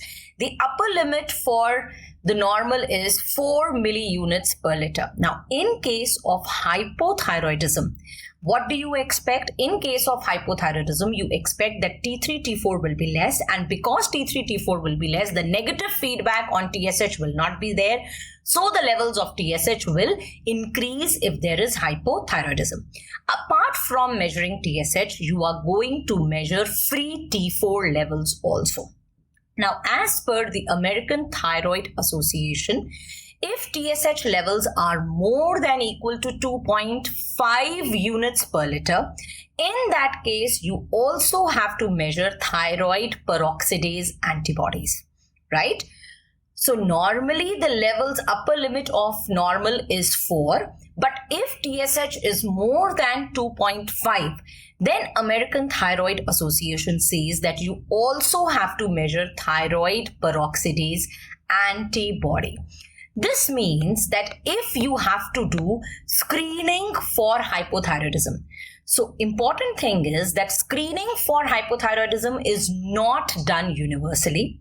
It is done if you are suspecting hypothyroidism in a female, and you are going to suspect hypothyroidism in a female if her age is more than 30, if she's obese, if she has history of abortions or preterm labor, if she has history of hypothyroidism in the past, or if there is a family history of hypothyroidism, or if she is living in an area where there is iodine deficiency, right? In that case, I'm going to do a screening for the hypothyroidism, and for screening of hypothyroidism, what test am I going to do? I'm going to measure her TSH levels in the first trimester. Clear to all of you? So that is how you do the screening. You have to measure TSH in first trimester.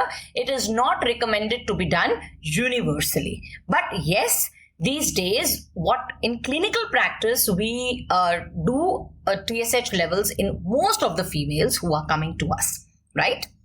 Then, once you have obtained the levels of TSH and free T4, now you are going to classify your patient either into a case of overt primary hypothyroidism or subclinical hypothyroidism. What is the difference between two? Overt hypothyroidism means that her TSH levels are increased and her free T4 levels are decreased.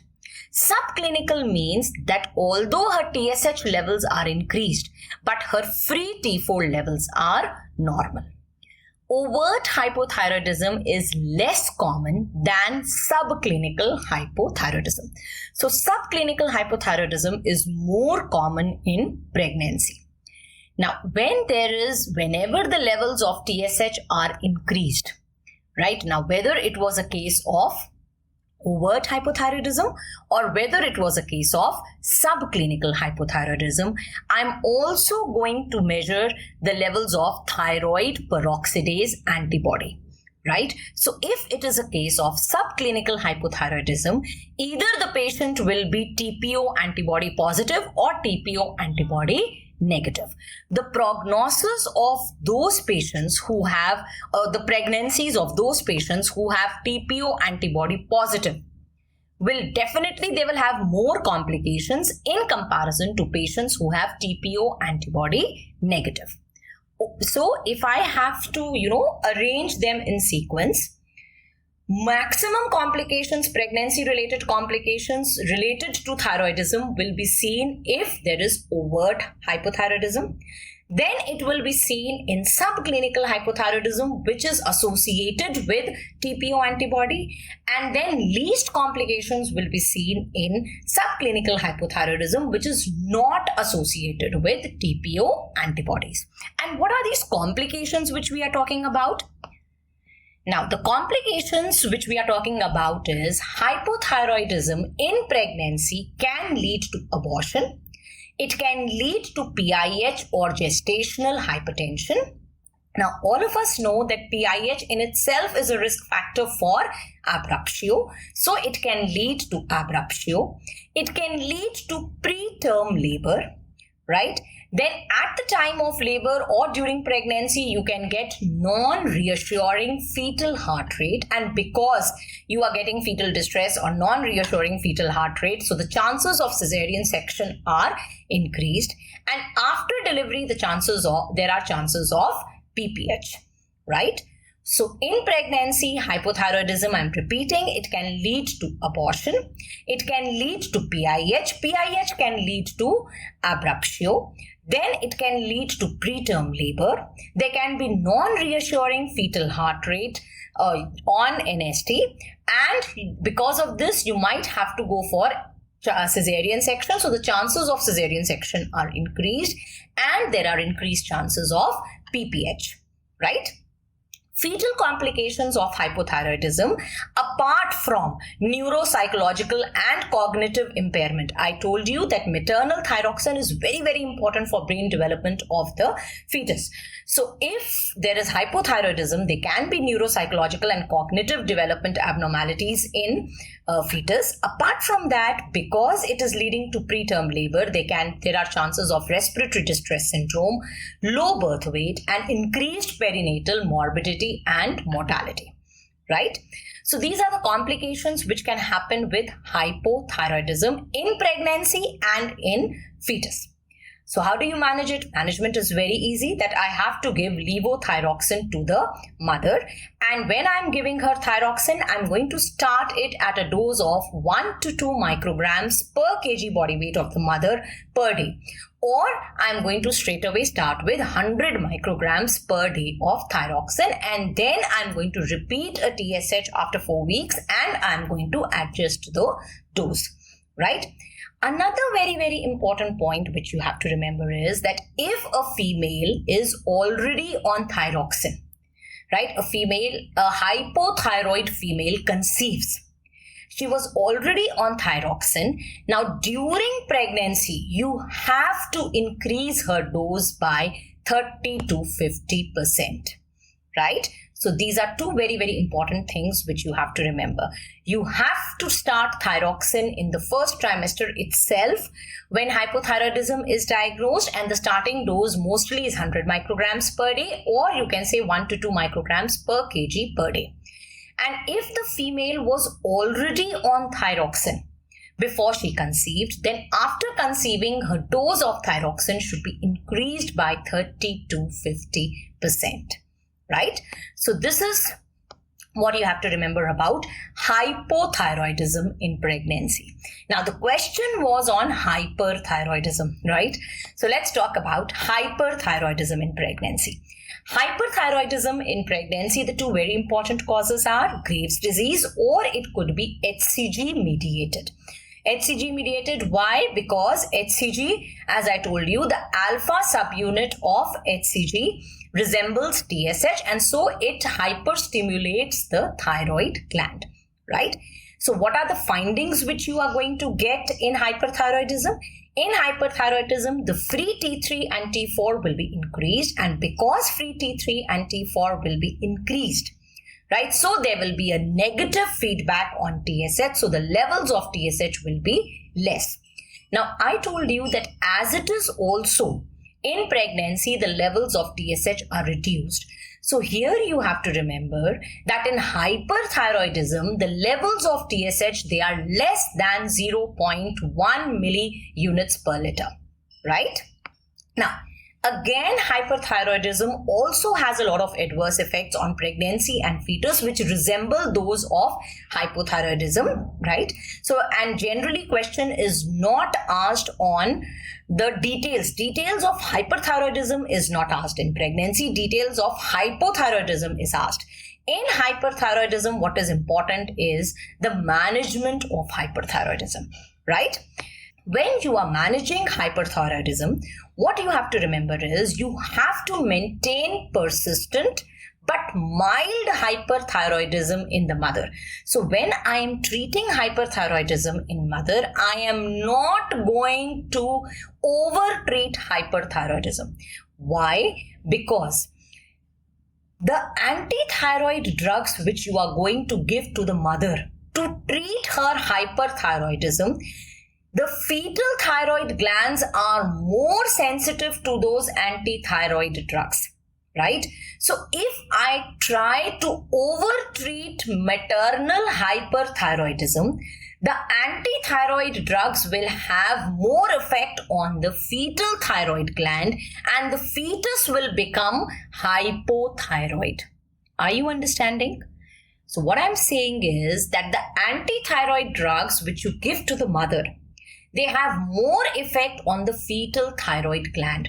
So if I try to over-treat mother's hyperthyroidism, what is going to happen is the fetus is going to become hypothyroid, and that is what I don't want. So I am going to treat her hyperthyroidism, but I am going to bring it to a mild state. I am not going to cure her hyperthyroidism, right? Because although hyperthyroidism has a lot of adverse effects on pregnancy and fetus, but we know that maternal thyroxine, if it is mildly increased also, hardly matters, because it is going to help in the neurodevelopment of the fetus. So neurological problems are not seen in hyperthyroidism, right? So that is why I'm not going to over-treat maternal hyperthyroidism, right? So that's what I have written here also. Let me read what is written to you. To maintain persistent, my goal is to maintain persistent but mild hyperthyroidism in the mother in an attempt to prevent fetal hypothyroidism, since fetal thyroid glands are more sensitive to antithyroid drugs. Overtreatment with antithyroid drugs can lead to fetal hypothyroidism and goiter, right? Now, when I say I am not going to overtreat, what is my treatment goal going to be? My treatment goal should be that the TSH levels should lie between 0.1 to 0.3 milliunits per liter. That's one thing. Number two, the free T4 levels or the total T4 or T3 levels, they should be 1.5 times the upper limit of normal for a non-pregnant female. This is what my goal should be. TSH between 0.1 to 0.3 and free T3, T4 or total T3, T4, they should be 1.5 times the upper limit of normal for a non-pregnant female, right? Now, the treatment options which I have are, number one, I have the option of medical management. Now, when I say medical management, I have two categories of drugs available for treating hyperthyroidism. One is the thiamide drugs, that is the methimazole and carbimazole. And the other is propylthiouracil, right? Now, when we talk about methimazole and carbimazole, the disadvantage is that they can cross the placenta and they can lead to embryopathy. Embryopathy is more common with methimazole in comparison to carbimazole, but still both of them lead to embryopathy, and in both of them the features are esophageal or choanal atresia plus aplasia cutis. So the embryopathy of methimazole and carbimazole, it is that there will be esophageal or choanal atresia plus aplasia cutis. Aplasia cutis is a congenital skin defect. Now, when you use propylthiouracil, it crosses the placenta less rapidly, but the problem is it is hepatotoxic. So both these drugs have their own side effects and I have to balance them, right? So in case of hyperthyroidism in pregnancy, in first trimester, the drug of choice is propylthiouracil, because first trimester is the time which is the most teratogenic period, right? Organogenesis is happening in this period. So in this period, I do not want to give a drug which crosses the placenta and leads to embryopathy, and that is why I will avoid giving methimazole and carbimazole. Once the first trimester is over, from second trimester onwards, I'm going to give thiamide, that is either methimazole or carbimazole, right? Because if I use propylthiouracil for a long time, that is hepatotoxic. Now, this is if they ask you the drug of choice for hyperthyroidism separately in first trimester and second trimester, and this is the best way of answering in your vivas. If your examiner asks you, this is for the undergraduate students, what is the drug of choice? You are going to say like this: in first trimester, it is PTU, that is propylthiouracil. In second trimester, it is thiamides. But suppose in your NEET exam, the question comes, drug of choice for hyperthyroidism, and they are not telling you which trimester they are talking about. In that case, definitely you have to answer propylthiouracil, right? Then your answer undoubtedly will be propylthiouracil as per the Williams new edition, right? So Williams' new edition says that in first trimester it is propylthiouracil, second trimester it is methimazole and carbimazole.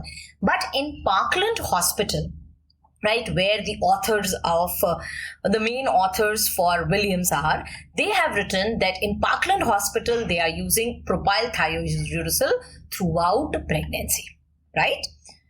Now, another very important thing is a patient on antithyroid drugs can develop several other complications, right? And when those complications occurs, what is the next step? For example, a patient on antithyroid drugs can develop transient leukopenia. Now, if your question says that a patient is on antithyroid drugs and she develops transient leukopenia, is there any need to stop the therapy? No, there is no need to stop the therapy. But due to which complication? The therapy should be immediately stopped. Now, the complication because of which the therapy should be immediately stopped is agranulocytosis, right? This agranulocytosis happens suddenly and it is not dose related, right? So it is not this that I can monitor the doses and I can also monitor the counts of the patient. No, it will happen very, very suddenly, right? So a very important line which you have to remember, which is given in italics in Williams, is if the patient is on antithyroid drug and she develops fever or sore throat, they should immediately stop the drugs and they should report, and you should monitor her counts because she might have developed agranulocytosis. And so if they ask you that a patient is on antithyroid drugs and she develops sore throat and fever, what is the next step? The next step is immediately stop taking the drugs, right? So this was one management, and that was medical management, one treatment option. The other option in hyperthyroidism is surgical management. Now, the surgery which is done for hyperthyroidism is subtotal thyroidectomy, but it is rarely needed. It will be needed for those females in whom toxicity is happening because of the antithyroid drugs, right? Now, if needed, what is the best time for doing subtotal thyroidectomy? All of you know that time for performing any surgery during pregnancy safely is the second trimester. So the surgery of choice is subtotal thyroidectomy. It is rarely needed and the best time to do it is second trimester. When you are doing subtotal thyroidectomy, it can lead to injury to the recurrent laryngeal nerve, and you might resect the parathyroid gland also. So these are complications of subtotal thyroidectomy, right? The third option which is there in a non-pregnant female for hyperthyroidism is thyroid ablation with radioactive iodine. What you have to remember is that it is an option only in non-pregnant females. In pregnancy, radioactive material, radioactive iodine is contraindicated, right? So overall, in management for hyperthyroidism, what you have to remember is that the best management is medical management, in which the drug of choice in first trimester is propylthiouracil. In second and third trimester, it is methimazole or carbimazole, right? If nothing is mentioned, if they are simply asking you drug of choice for hyperthyroidism in pregnancy, then the answer becomes propylthiouracil.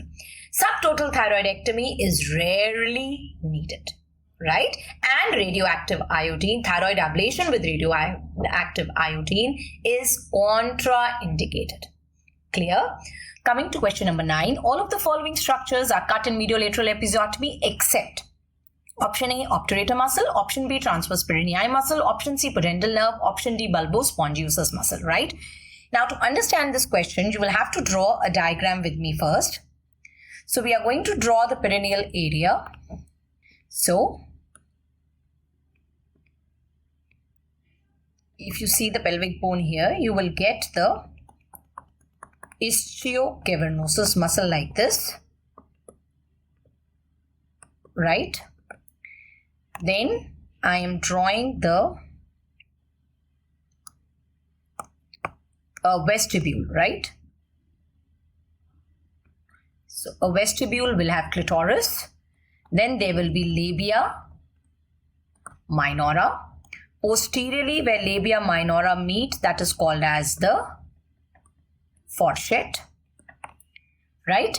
Now this vestibule, you know that the vestibule has got openings, 6 openings. I'm not going to draw all of them here. I'm just drawing the urethra and the vulva for you. Right? Now, immediately over here, there is a muscle, circular muscle like this. This muscle is the bulbospongiosus muscle. Clear? Then you have a transverse muscle going like this.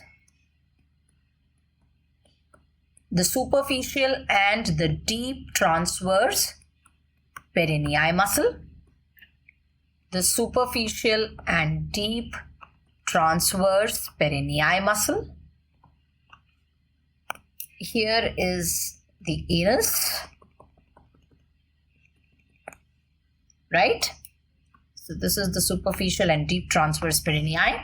Now you know that the levator ani muscle or the pelvic diaphragm, it comes from the pelvic side wall and it hangs like a hammock. So the fibers of levator ani muscle will be here like this, hanging like a hammock, making a pelvic diaphragm.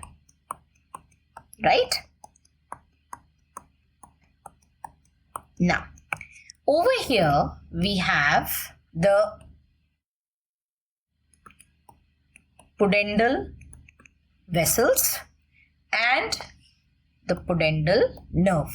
I am showing it on one side only. Obviously, they are present on both the sides. Right? Now, let's give an episiotomy. So, the color which I haven't used, I'm going to give an episiotomy with a purple color. Okay. So, I am going to give an episiotomy here, mediolateral episiotomy. Right? Now, when I have given a mediolateral episiotomy, what are the structures you are seeing that are being cut? You can see here from the image that the fourchette is being cut. The posterior vaginal wall is being cut, right? Then over here, the orange colored bulbospongiosus muscle is cut. Then you can see that the green colored superficial and the deep transverse perineal muscles are cut. Then you can see over here, these are the vessels and the nerves. So pudendal nerves and pudendal vessels are cut. You can see that fibers of levator ani muscles are cut, right? Apart from this, whatever fascia is lying over these muscles, that fascia will be cut. Skin and subcutaneous tissue will be cut, right? So from the image, it's clear to you. Again, you can see the fourchette is cut. Then this posterior vaginal wall will be cut. The bulbospongiosus muscle will be cut. Then the superficial and deep transverse perineal muscles will be cut. Pudendal vessels and pudendal nerve will be cut. Fibers of levator ani muscle will be cut, and the fascia which overlies these muscles will be cut. The skin and the subcutaneous tissue will be cut in a mediolateral episiotomy, right? So these are the structures which are cut in a mediolateral episiotomy, and this is an image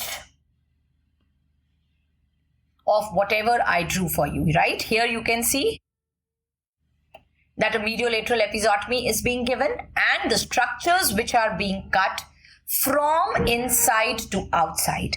Now, from inside to outside, the structures which are cut are the fourchette, posterior vaginal wall, superficial transverse perineal muscle, bulbospongiosus muscle, deep transverse perineal muscle, some part of the levator ani muscle, pelvic fascia overlying the muscles, subcutaneous tissue, skin, and then yes, in between the branches of pudendal nerves and vessels are also cut, right? Now, before I go to the next question, I also want to talk to you about both these kinds of episiotomies, the median episiotomy and a mediolateral episiotomy. right? So these are the two episiotomies which are commonly done, a midline episiotomy or a median episiotomy and a mediolateral episiotomy.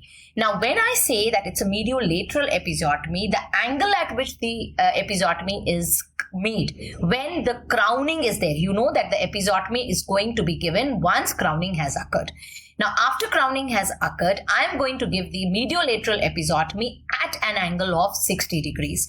But once the delivery happens, that 60-degree angle becomes 45 degrees, right? So a mediolateral episiotomy is given at 60 degrees at the time when you are giving the episiotomy. But once delivery happens, it appears as if it is at 45 degrees angle, right? Now, when I am giving a median episiotomy, I told you just now that the fibers of levator ani muscle, they hang like a hammock, right? Maximum fibers are present in the sides, and by the time it comes in the center, by that time the fibers are deficient. So in case of median episiotomy, less muscle fibers are cut. Less muscle fibers are cut. Whereas in case of mediolateral episiotomy, because you are giving this episiotomy at an angle, right? So here more muscle fibers are cut, right?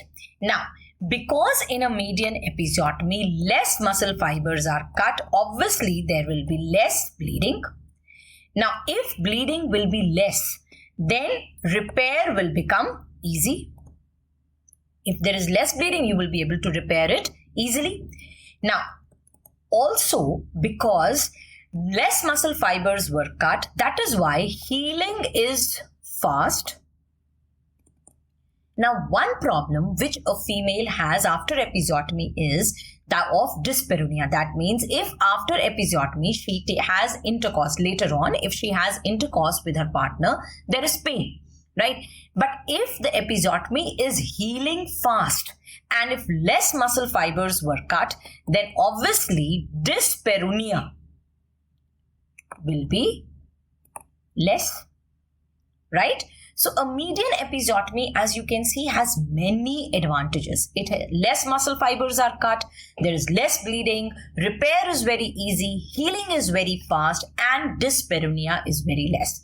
But still in your labor rooms, you see doctors doing a mediolateral episiotomy. Why? Because in spite of these advantages, there is a very, very big disadvantage, and that disadvantage is just in case I was not careful while delivering the head and I had given a median episiotomy, and if this episiotomy extends, it will involve the anus, right?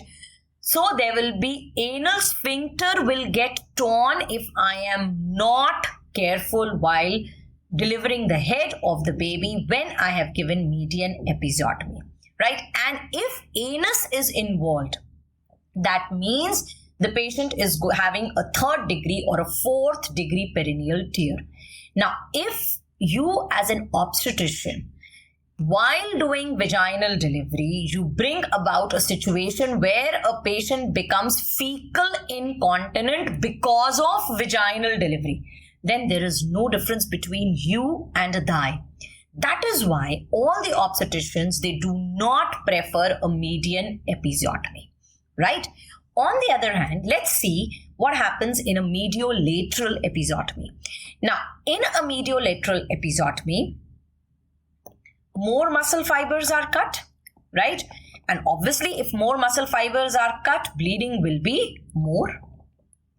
If bleeding will be more, repair will be difficult. It will be difficult to repair it, right? Healing will be slow. And yes, dyspareunia will be more. So these are all the disadvantages of mediolateral episiotomy. But still we are performing mediolateral episiotomy. Why? Because the biggest advantage of mediolateral episiotomy is that if this episiotomy extends, no matter how much it extends, It will never involve the anus, right? So the biggest advantage is it cannot involve the anus on extension. And that is why mediolateral episiotomy is preferred than median episiotomy, right? In a median episiotomy, because less muscle fibers are cut, that is why a median episiotomy corresponds to first degree perineal tear. A median episiotomy corresponds to a first degree perineal tear. In case of mediolateral episiotomy, because more muscle fibers are being cut, it corresponds to a second degree perineal tear, right? So this was about question number 9. Question number 10 is a 50-year-old female with AUB. AUB is atypical uterine bleeding for 2 months. What is the next line of management? Now imagine a 50-year-old female coming to you with AUB, that means excessive bleeding or irregular bleeding. What is the first thing which comes to your mind? The first thing which comes to our mind is that let us rule out malignancy, because in this age group, malignancy is very common, right? So for doing that, I have to go for endometrial sampling, because now why endometrial sampling? See, if the question is saying that the patient is having AUB, in other words, she is having excessive bleeding. Now, what does excessive bleeding mean? Excessive bleeding means that excessive endometrium is being shed. That is what it means. Now, excessive endometrium is being shed. That means the endometrium would be very thick and now it is shedding. In other words, the hormone which leads to proliferation of the endometrium is estrogen.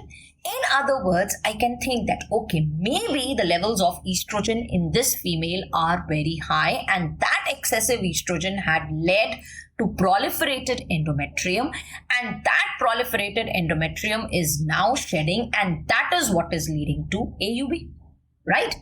I also know this, that it is this excessive estrogen which leads to endometrial hyperplasia and endometrial cancer. So whenever a female is coming to me in this age group with excessive bleeding, it rings a bell that yes, this patient might be having endometrial hyperplasia or endometrial cancer. And in order to rule out that, I am going to do an endometrial sampling, right? So now, when a patient comes to you with excessive bleeding, how do you manage? What are the next steps which you are going to do in the management, right? Now, whenever you get a patient with excessive bleeding, first thing what you should do is you should get a TVS done, a transvaginal sonography done. Now, this TVS I am doing not only to rule out conditions like fibroid, like polyp, but also my main aim is because I know that excessive bleeding could be a result of excessive estrogen, and estrogen will lead to endometrial hyperplasia. So my aim while I'm doing TVS is, apart from ruling out other conditions, is to measure the endometrial thickness, right? So if endometrial thickness in a premenopausal female is more than equal to 12 millimeters, or if in a postmenopausal female, as per the FIGO guidelines, it is more than equal to 5 millimeters, or as per the ACOG guidelines, it is more than equal to 4 millimeters, then I am going to go for endometrial aspiration biopsy. Endometrial aspiration biopsy, I'm repeating, it should be done if endometrial thickness in a premenopausal female is more than equal to 12 millimeters, or in a postmenopausal female, it is more than equal to 5 millimeters as per the FIGO guidelines, more than equal to 4 millimeters as per the ACOG guidelines, right? Now, this endometrial aspiration biopsy, it's an OPD procedure. That is one thing which you have to remember. And it is done by using simple instruments like a Pipley and a Vabra aspirators, right? The other thing what you have to remember is, what are the indications for performing endometrial biopsy? Now, these indications are given in Williams Gynae 3rd edition, page 397, and I want all of you to note down these indications. Number 1, any female who comes to you who's more than 45 years and she's coming to you with AUB, you have to do endometrial biopsy. Like this question was saying, that a female is coming to me, she's 50 years of age and she has AUB. What is going to be done? I'm going to do endometrial biopsy, right? Number 2 is, if there is any female of any age, right? Now that age could be less than 45 also, but she has history of unopposed estrogen.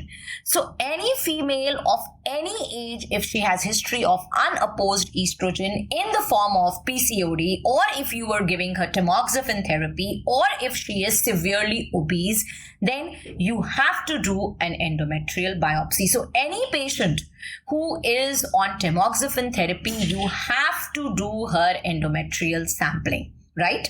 Number 3, if there is a female who has failed medical management and persistently she is bleeding. So if your question says that the patient had AUB and she was given medical management, she was given progesterone, but her bleeding persists in spite of that, what is the next step in management? The next step in management would be that you have to go for endometrial biopsy. And 4th indication, we've already discussed that the 4th indication for doing endometrial biopsy is that if endometrial thickness is more than equal to 12 millimeters in a premenopausal female, or it is more than equal to 4 millimeters in a postmenopausal female. Generally, we follow the ACOG guidelines unless and until they specifically ask you the FIGO guidelines. You are not going to tell. Otherwise, you are going to say that I'm going to do an endometrial biopsy in a postmenopausal female if the endometrial thickness is more than equal to 4 millimeters, right? So this was about endometrial biopsy, what I wanted you to remember, right? Let's see the next question. Question number 11. Which of the following is not a function of OC pills as a contraceptive? Option A, increase gonadotropins. Option B, they prevent implantation. Option C, cervical mucus thickening. Option D, anovulation. Now I know that all of you are very afraid of contraception. If that is so, Marolings, please go and watch the contraceptives video. I think there are 3 to 4 contraceptive videos in Maro where I have explained contraception in detail, and all the rest of you, you can go and watch on YouTube. There was a session which I took in October or in, towards the end of the last year. It is there for a rapid revision for AIIMS. It's an obs and gynae capsule for AIIMS. There also I have taught contraception in a lot of detail, right? So that video is available on YouTube. You can go and watch that video. Let's come to the question first. Now, which of the following is not a function of OC pills as a contraceptive? Now, all of you know that OC pills, they have 2 components, the synthetic estrogen and synthetic progesterone, right? And we are not going to mug up here anything. We're going to understand. Now, estrogen, this synthetic estrogen, which is there in the OC pill, what it is going to do, it will have a negative feedback on FSH. Estrogen always has a negative feedback on FSH. And so the natural FSH decreases in the female. Now, because the natural FSH decreases, it will inhibit folliculogenesis, right? Now, OCP will have a second component, and that is synthetic progesterone. The progesterone, this synthetic progesterone, when it will go inside, it will have a negative feedback on the natural LH of the female, right? Progesterone always has a negative feedback on LH. Now, because the levels of LH will decrease, it will lead to anovulation, because LH surge is important for ovulation. So on one side, there is less folliculogenesis. On the other side, there is less LH also, right? So that both these things together will also lead to anovulation, and that is the main mechanism of action of OCPs, right? That it brings about anovulation. So yes, option D is correct, that yes, OCPs bring about anovulation, right? Now, because you are giving progesterone, this continuous progesterone which you are giving from day 1 of the cycle, right? Because OCPs are given from day 1 of the cycle, they will lead to stromal edema. decidualization and regression of the glands.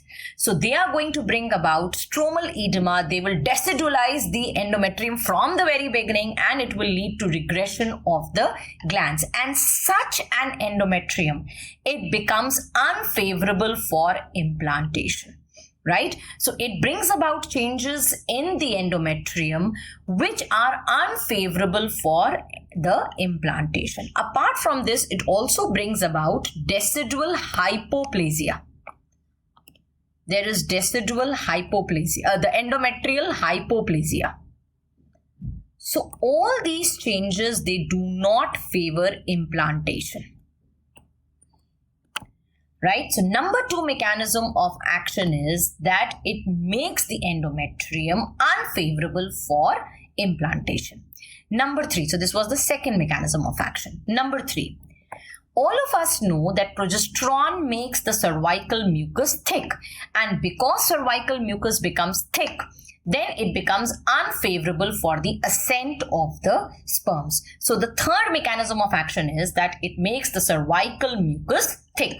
Number 4, all of us know that progesterone is a smooth muscle relaxant. So the motility of the fallopian tubes will decrease, and it will bring about an alteration in ovum transport. So these are all the mechanisms by which an OCP will act, in which the main mechanism of action is that it brings about an ovulation because it decreases the levels of LH and FSH. Right? So let's look at the options.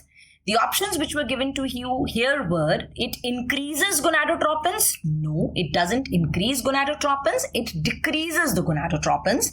It prevents implantation. Yes, it prevents implantation because it makes the endometrium unreceptive. And it brings about cervical mucus thickening. Yes, it does bring about cervical mucus thickening. Right?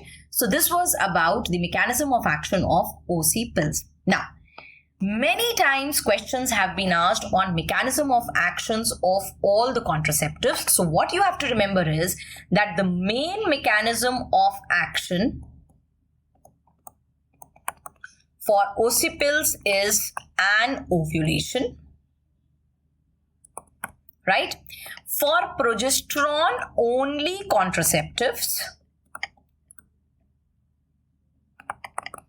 if the progesterone only contraceptive belongs to first or second generation, if the progesterone belongs to first or second generation, then their main mechanism of action is they make the cervical mucus thick.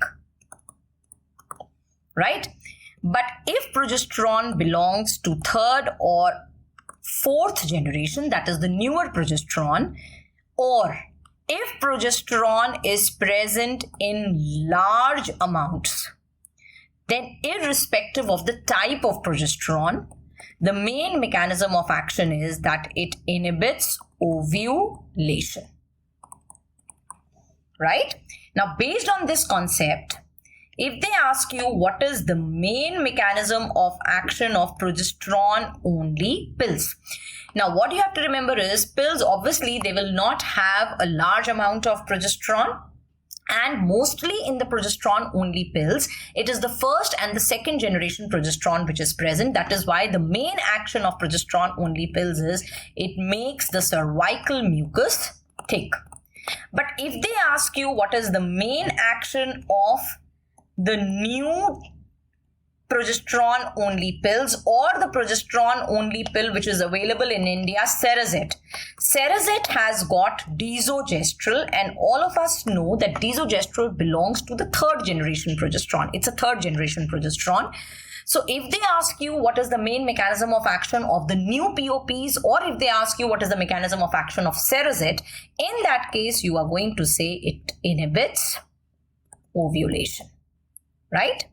Then, if they ask you the main mechanism of action of progesterone injections, that is DMPA and NET-N. Now, obviously, if it's an injection, it will have a large amount of progesterone, and whenever progesterone is present in large amount, the main mechanism of action is it inhibits ovulation. Similarly, for progesterone implants, that is Implanon or Nexplanon, which is available these days, again the main mechanism of action is it inhibits ovulation, right? Now coming to IUCD. IUCDs. Now in IUCDs, we have copper IUCDs and we have a progesterone IUCD, Mirena. Now the main mechanism of action, the best answer for a copper IUCD is that it prevents fertilization. How it prevents fertilization? It is because this copper, it brings about aseptic inflammatory changes, right, in the endometrium, and the endometrium becomes spermicidal, right? So it prevents fertilization. If prevents fertilization is not given, then the second best answer is that it prevents implantation. Clear? Now, one thing which you have to remember is IUCD, the copper IUCD, it never acts by bringing about an ovulation. An ovulation is never a mechanism for IUCDs, right? Now let's talk about Mirena. Now Mirena is a levonorgestrel IUCD which has got 52 milligrams of levonorgestrel. So it's a progesterone IUCD which has got levonorgestrel, and how much levonorgestrel? 52 milligrams. So now you will think that ma'am said that if progesterone is present in high quantities, then the main mechanism of action becomes an ovulation. Now this is something which you have to remember. In Mirena, although levonorgestrel is present in large quantities, but its main mechanism of action is not an ovulation, Mirena, it acts by bringing about endometrial atrophy, which hinders with implantation. So its main mechanism of action is it prevents implantation. Please do not say that it brings about an ovulation. No, Mirena will not bring about an ovulation. Copper T, the main mechanism of action is it prevents fertilization, and the second best answer is it prevents implantation. Mirena, the best answer is that it prevents implantation because it brings about endometrial atrophy. So 1 question to 2 questions on contraceptives are definitely going to be in any exam which you give, right? Contraception is a very, very important topic, and mechanism of action of contraception is again very, very important, right? Next question is, a 32-year-old female goes to infertility clinic with regular cycle of 28 days. What should be evaluated? Option A, LH at 21 days. Option B, progesterone at 21 days. Option C, LH at 14 days. Option D, progesterone at 14 days. Right. Now see, whenever a female is going to visit an infertility clinic, what are the things I am suspecting that can lead to her infertility? One thing is, I am suspecting that it could be a problem in the partner, in the male partner, right? And in order to rule out problem in the male partner, I'm going to order for a semen analysis. Right. Now, in the females, most common cause of infertility is an ovulation. This all of you know. Now, before I start talking about the tests which are done for an ovulation, you have to remember that corpus luteum will be formed only and only if a female ovulates. This all of us know that otherwise, if a female is not ovulating, no corpus luteum will be formed, right? And the main source of hormone progesterone is corpus luteum. In other words, if a female is ovulating, then progesterone will be present in her. If a female is not ovulating, there will be no corpus luteum and no progesterone will be present, right? Next important thing which you have read when you were dealing in menstrual cycle was that the maximum size and activity of corpus luteum is seen 8 days after ovulation. All of us know that. That's a very commonly asked MCQ also. Right? So if I'm saying that the maximum size and activity of corpus luteum is seen 8 days after fertilization, ovulation, which means on day 14 ovulation occurs in a 28-day cycle, right? So 14 plus 8 is day 22 of the cycle, Clear?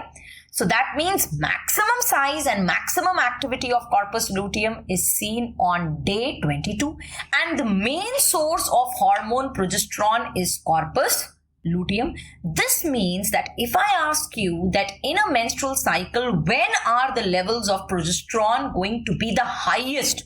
You are going to say, ma'am, the levels of progesterone will be highest when activity of corpus luteum will be highest, and that is on day 22. So now common sense tells me that if I have to know whether a female has ovulated or not, right, I should check her progesterone on which day? I should check her progesterone on day 22 of the cycle. Right? Now, since in the option day 22 was not given, day 21 was given. So I said, yes, progesterone should be checked on day 21 of the cycle. Right? Now, here there is a catch also.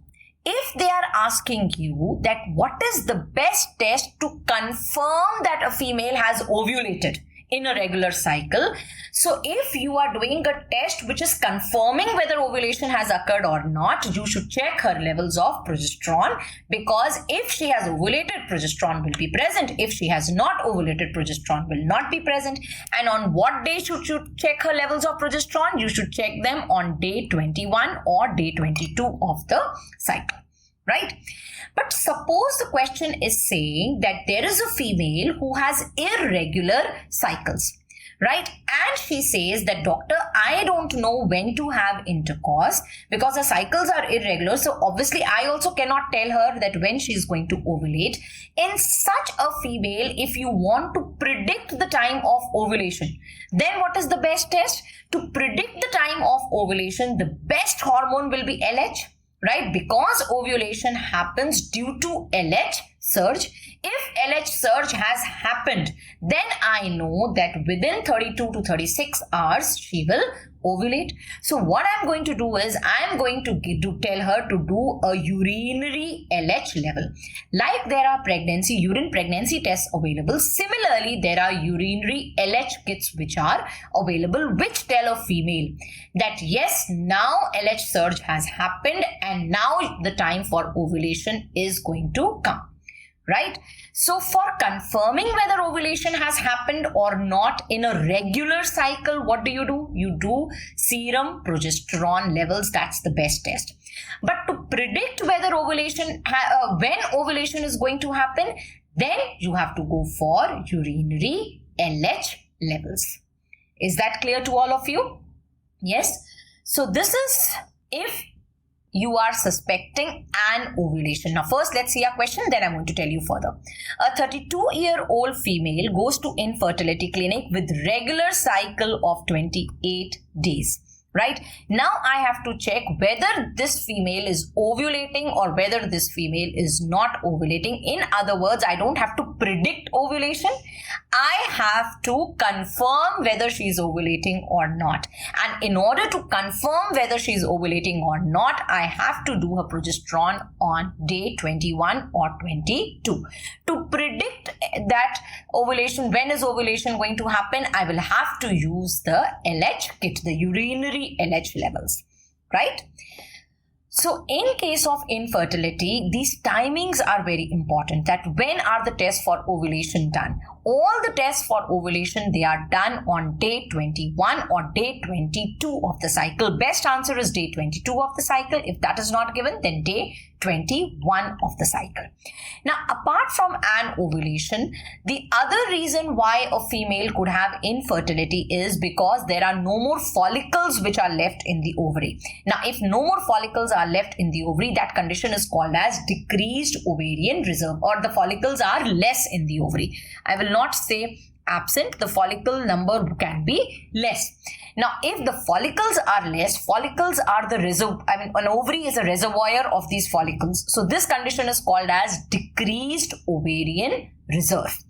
Now, for decreased ovarian reserve, the best test is you should measure the levels of anti-Mullerian hormone. And anti-Mullerian hormone can be measured on any day of the cycle. So there is no specific day when I have to check the levels of AMH. They can be checked on any day. The other tests for decreased ovarian reserve are day 3 FSH levels and antral follicle count. Now, this is the reason why that they are not the best tests, because this has to be done on day 2 or day 3 of the cycle. So, FSH levels or antral follicle count, these two tests for measuring the ovarian reserve, they have to be done on day 2 or day 3. But anti-Mullerian hormone levels, they can be checked on any day, right? And that is why it is the best test for ovarian reserve, right? Another reason could, in a female for infertility, could be tubal blockage. Now, in order to identify tubal blockage, the investigation of choice is HSG, hysterosalpingography. Best time to do hysterosalpingography is between day 7 to day 10 of the cycle. Between day 7 to day 10 of the cycle, that means it has to be done in the pre-ovulatory phase, right?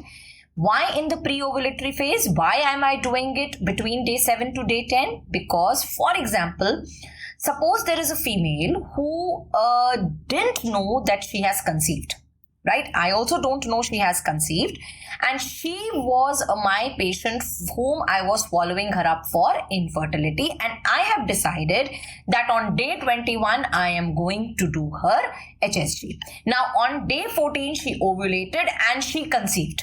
Now, she doesn't know I have conceived. I don't know she has conceived. And on day 21, I do her HSG. That is, I pass a dye. Now, what is going to happen? Now, she's going to abort. That is why all radiological investigations in a reproductive age female, they should be done before day 10 of the cycle, right? And that is also called as the rule of 10. Right? Any radiological investigation in a reproductive age female, you should do it before day 10 of the cycle. So, HSG should also be done before day 10, between day 7 to day 10. This is the investigation of choice for tubal blockage. But if they ask you what is the gold standard investigation to detect tubal block, the gold standard investigation to detect tubal block is laparoscopic chromoperturbation, right? Then, one of the other causes for infertility could be that in the cervix of the females, antibodies are present against sperms, and this is called as anti-sperm antibodies, right? This is one of the rare causes, but yes, it is a cause of infertility. It is a cervical cause of infertility, or it's an immunological cause of infertility, presence of anti-sperm antibodies. Now, in order to detect these anti-sperm antibodies, a post-coital test is done, which is also called as a SIMS test or a Huner's test. All these details we have discussed in Marrow. With limited time, I cannot discuss all the details. What I'm telling you here is a post-coital, best time to do test, the post-coital test is between day 10 to day 12 of the cycle. Best time to perform post-coital test is between day 10 to day 12 of the cycle, right? So these are all the investigations which you have to do in an infertile female, apart from hormone levels that you should check her thyroid hormone levels, you should check her prolactin hormone levels, apart from that, right? Okay, next question. Question number 13. Not a treatment for PCOS. Option A, ulipristal. Option B, laparoscopy. Option C, letrozole. Option D, clomiphene. Now see, in PCOS, there is no single drug of choice. In PCOS, the management of PCOS always depends upon the complaint with which the patient is coming to you. And as is clear in this question, the options are making this clear that they are wanting to know that for infertility, what is done in a patient of PCOS, right? Now, whenever a patient of PCOS comes to you for any complaint, the first advice which you have to give to that patient always is you should advise them weight loss, right? In case of infertility also, you have to advise them weight loss, because with weight loss, around 5 to 10% females will spontaneously ovulate. You won't have to do anything, right? Now, in PCOS, the reason for infertility is anovulation. And that is why the infertility due to PCOS is very easily treated, because you are going to give her ovulation inducing drugs. Very, very easily treatable form of infertility, or it is also called as a reversible form of infertility, right? Now, what are the first line drugs which you are going to use for an ovulation in PCOS? There are two first line drugs which you can use. Number one is clomiphene citrate, which is a selective estrogen receptor modulator. And number two is letrozole, which is an aromatase inhibitor. Right? Now, all of you know that androgens can be converted into estrogens in adipose tissue with the help of enzyme aromatase. So, letrozole inhibits this enzyme aromatase. Right? Now, earlier what happened was that when letrozole was used, there were reports that it led to teratogenicity, and that is why letrozole was banned for some years. Recently, FDA said that no, those reports did not have any value and researches were done, and now the ban on letrozole has been lifted. So if they ask you what is the drug of choice for an ovulation in PCOS patient, now the first or the best answer will be letrozole. Why it will be the best answer, I'll tell you shortly. Right? So the best answer for the drug of choice for an ovulation in a PCOS patient is letrozole. If letrozole is not given in the options, then you are going to go for clomiphene citrate. Similarly, if they ask you what is the drug of choice for an ovulation in obese female, again the best answer will be letrozole. If letrozole is not given in the options, then you are going to say clomiphene citrate and metformin. Right? But if your question is simply saying what is the drug of choice for an ovulation, see, an ovulation primarily happens because of PCOS, but then it is not only because of PCOS. There are other reasons for an ovulation also, right? So if they ask you what is the drug of choice for an ovulation, then your answer should be that it is clomiphene citrate. Now, if your question comes, what is your drug of choice for PCOS with increased prolactin levels, right? So, in this case, your answer will be clomiphene citrate plus bromocriptine. Normally, the drug of choice for increased prolactin level is cabergoline. Normally. But in an infertile female, for increased prolactin level, it is not cabergoline, it is bromocriptine, because bromocriptine brings about ovulation induction also. Right? So if they ask you what is the drug of choice for increased prolactin in an infertile female, in that case you are going to say it is bromocriptine. Similarly, if they are asking you what is the drug of choice for PCOS with increased prolactin levels, you are going to say that I'm going to give clomiphene citrate plus I'm going to give bromocriptine. Clear? So, although the first line drugs are, both these are first line drugs, clomiphene and letrozole, in different questions, this is how you are going to answer which is the drug of choice. But nevertheless, both of them are first line drugs for managing infertility in a PCOS patient. So, yes, letrozole is also used and clomiphene is also used. Now, when you compare letrozole and clomiphene, the difference is, see, clomiphene is a selective estrogen receptor modulator. In other words, it acts as an agonist as well as an antagonist of estrogen. Now, to bring about ovulation induction, what clomiphene citrate does is it decreases the levels of estrogen, and because the levels of estrogen are decreased, the negative feedback on FSH is gone, so the levels of FSH are increased. Right? This is how clomiphene citrate acts, by decreasing estrogen. Now, because clomiphene acts by decreasing estrogen, that is why the endometrium becomes thin with clomiphene citrate. So, because the levels of estrogen are decreased, the endometrium becomes thin. Not only this, because the levels of estrogen are decreased, see, you know that it is estrogen, under the effect of estrogen, cervical mucus is thin. it is elastic, it is a lot of cervical mucus is there, the excessive cervical mucus is there because of estrogen. Now, when estrogen will decrease, cervical mucus will become scanty, it will become very thick. And because cervical mucus will become thick, so the ascent of sperms will be a problem, right? Because of these two things, although the rate of ovulation with clomiphene citrate is very good. When you give clomiphene citrate to a patient, 80% females will ovulate. But because it is making endometrium thin and less favorable for implantation, and it is making cervical mucus thick, so the pregnancy rates are less. Right? On the other hand, when you give letrozole, letrozole is only preventing androgens from getting converted into estrogens. So yes, the levels of estrogen are decreased, but not this much decreased like they are decreased with clomiphene. And because the levels of estrogen are not this much decreased, that is why there will be no action on cervical mucus and there will be no action on endometrium. Endometrium will not become thin and cervical mucus will not become thick.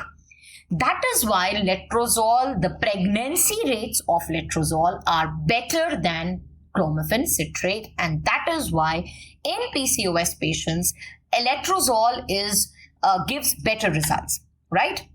Now, in case of letrozole, the starting dose of letrozole which you have to use is 2.5 mg. Maximum you can take it up till 7.5 mg. There is no risk of ovarian hyperstimulation syndrome. In case of clomiphene citrate, the initial dose of clomiphene citrate is 50 mg. Maximum you can take it up till 100 mg, and the chances of ovarian hyperstimulation syndrome are 1%. Right? So this is why I told you that why letrozole is being preferred over clomiphene, although both these drugs are first line drugs used in the management of PCOD. Now coming to the second line drugs. The second line drugs which are used for anovulation in PCOD is HMG, that is human menopausal gonadotropin. Human menopausal gonadotropin, it is synthetic LH and FSH which is obtained from the urine of a postmenopausal female. HMG has got 75 international units of LH and FSH each. Now, the chances of multiple pregnancy with HMG are 30%, very, very important thing which you have to remember. And the chances of OHSS with HMG are 5%, right? Now, another second line treatment, it's not a drug, but a second line treatment is laparoscopic ovarian drilling. Right? Now, what do you do in laparoscopic ovarian drilling? See, we know that in case of PCOS, there are a number of follicles and these follicles are arranged around the periphery of the ovary, right? Like this. And we also know that in case of PCOS, the stroma is very thick, right? Now, it is this stroma which has got theca cells, and from theca cells, androgens are released, and it is this androgens which is basically causing all the problems in PCOS patient. So what I can do is I can burn this stroma, right? This is called as laparoscopic ovarian drilling. Now, when you burn this stroma, the levels of androgens become normal. The pressure on the follicles is also released, and now the female starts ovulating. Please remember, in laparoscopic ovarian drilling, you are not doing anything to the follicles. You are not rupturing the follicles. You are only burning the stroma. In other words, you are burning the theca cells, right? Now, no matter what drug I was using for ovulation induction, two problems are always seen.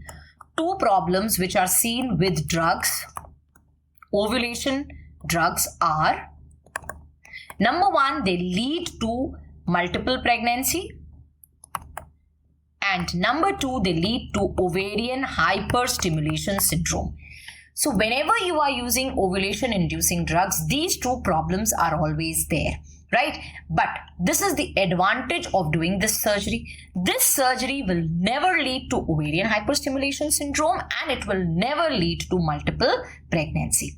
The disadvantage of the surgery is that suppose you were not careful and you were over enthusiastically, you not only burn the stroma, you also burn the cortex. right? That can lead to premature ovarian failure, right? So that is the disadvantage of the surgery. So these were the second line management of infertility in PCOS patient, HMG and laparoscopic ovarian drilling. So here in the options we have laparoscopy. Yes, the laparoscopic ovarian drilling, that is a treatment for PCOS.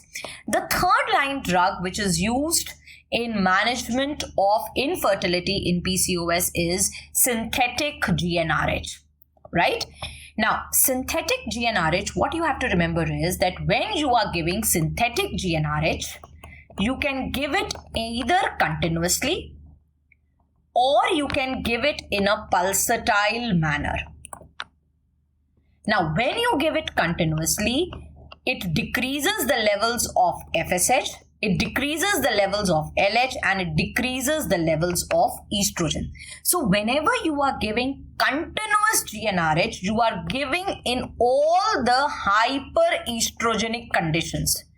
In all hyperestrogenic conditions, I will give continuous GnRH. Like in a patient of fibroid, there is excessive estrogen, so I am going to give continuous GnRH.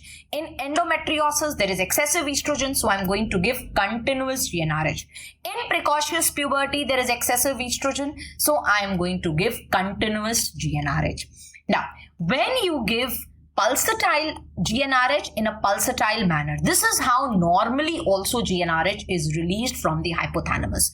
From hypothalamus, GnRH is released in a pulsatile manner. So if you are giving synthetic GnRH in a pulsatile manner, right, it will increase FSH, it will increase LH, and it will increase estrogen. Because it will increase LH and FSH, it will bring about ovulation induction. So, whenever you are using synthetic GnRH for ovulation induction, always remember that you have to give it in a pulsatile manner.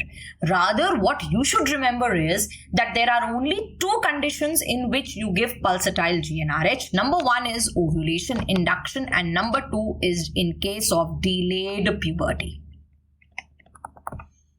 Right? Coming to question number 14. Screening for cervical carcinoma is done in option A, more than 60 years, option B, teenagers, option C, 21 to 65 years, option D, less than 21 years, right? Now, all of you know that for cancer cervix, the most commonly used screening method is pap smear, and after 30 years of age, one more screening method is added along with pap smear, and that is HPV DNA testing, right? Now, the screening for cancer cervix is universal screening. That means all females, they have to be screened for cancer cervix. The age to begin cancer cervix screening is 21 years. Now, you will start from 21 years and you are going to do a pap smear every 3 years. You are going to repeat pap smear every 3 years till a female comes 29 years of age, right? So till 29 years, I'm going to do pap smear every 3 years, beginning from 21 years, right? Now, from 30 years onwards, I can do another test along with pap smear, and that is human papillomavirus test, HPV testing, right? So from 30 years to 65 years, I'm going to do a pap test and HPV test. This is called as co-testing when you are doing both of them together. And when you are doing both of them together, the interval for doing the screening becomes 5 years. So between 30 years to 65 years, you have to do pap smear and HPV DNA testing every 5 years. Now suppose your patient says that I cannot get an HPV DNA testing done. In that case, between 30 years to 65 years also you have to do only pap smear, but then you have to do pap smear after every 3 years, right? Co-testing after every 5 years, pap smear after every 3 years. So if I see from here, when am I beginning screening? I'm beginning screening at 21 years. Until what age I'm doing the screening? I'm doing it till 65 years, right? So the screening for cervical cancer is done between 21 to 65 years. Now, when I say 21 years, it is irrespective of the sexual history of the female, right? So when I say this statement, see, in some countries, in some places, in some cultures, a female starts her sexual activity before 21 years also. So suppose the question says that there is a female who started her sexual activity at the age of 18 years. When is the first pap test going to be performed? So these guidelines, they say that pap test should be performed at 21 years irrespective of her sexual history, right? So even if she started at 18 years, I'm going to do the first pap test at 21 years. Obviously, if a female has not started her sexual activity at 21 years, then I'm not going to do a pap smear at 21 years. I mean, that's quite obvious, right? Now, there are certain instructions also which I have to give you regarding the age to stop the pap test. I told you, or the co-test, the screening rather. So the screening should continue up till 65 years. After 65 years, you can stop her screening if there are two conditions. Number one, if in the past 10 years, her 3 pap tests have come normal or her 2 co-tests have come normal. So her 3 pap tests or 2 co-tests, if they have come normal in the past 10 years, why I am saying 3 pap tests? Because pap tests are done after every 3 years. So in 10 years, it will be 3 pap tests. And why 2 co-tests? Because co-tests are done after every 5 years. So in 10 years, there will be 2 co-tests, right? So if in the past 10 years, her 3 pap tests and 2 co-tests or 2 co-tests are normal, then only I'm going to stop her screening at 65 years, number one. Number two, I'm going to stop her screening at 65 years if her hysterectomy was done for some benign cause. It could be a fibroid, it could be a prolapse, anything. Right? In these 2 conditions, I'm going to stop her screening after 65 years. But suppose you have a patient who was treated for CIN2, CIN3 or cancer in situ or cancer cervix. In that case, just because you've done hysterectomy for cancer cervix, you are not going to stop her screening. Screening should continue for at least 20 years after the treatment.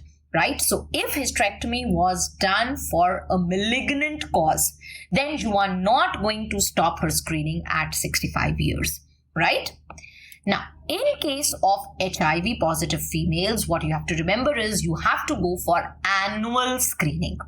And if you have given HPV vaccines, the Gardasil, Gardasil 9 or Cervirax, that does not mean that you're going to stop screening. Even if you have given Gardasil, Gardasil 9 or you have given Cervirax, you will continue screening as usual, right? So this is what I wanted to tell you about the guidelines for screening in cancer cervix. Remember that pap smear alone is done up till 29 years. From 30 years onwards, it is pap smear and HPV DNA testing together called as co-testing, and it has to be done till 65 years. The conditions at which at 65 years you can stop it, I have told you. And when you are not going to stop it, that also I have told you. Clear? So coming to the next question, that is question number 15. A 30-year-old female, her pap smear shows cancer in situ. What is the management? Right? Now, option A, conization. Option B, hysterectomy. Option C, colposcopic visualization and biopsy. Option D, radiation. Now see, one thing which you have to understand and which we have been oftenly talking is that pap smear is only a screening procedure. And based on any screening procedure, I am not going to do a management based on the report of a screening procedure. So I have to do a confirmatory test, and for any cancer, the confirmatory test is biopsy. Right?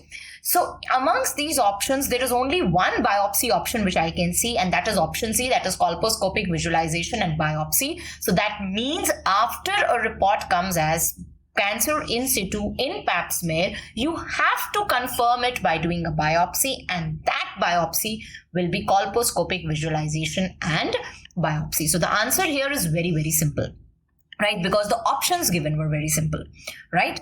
Now, I also at the same time want to discuss with you the various reports, the various abnormal reports which can come on pap smear, and how do you follow up? What are the investigations which you do to follow up that report, right?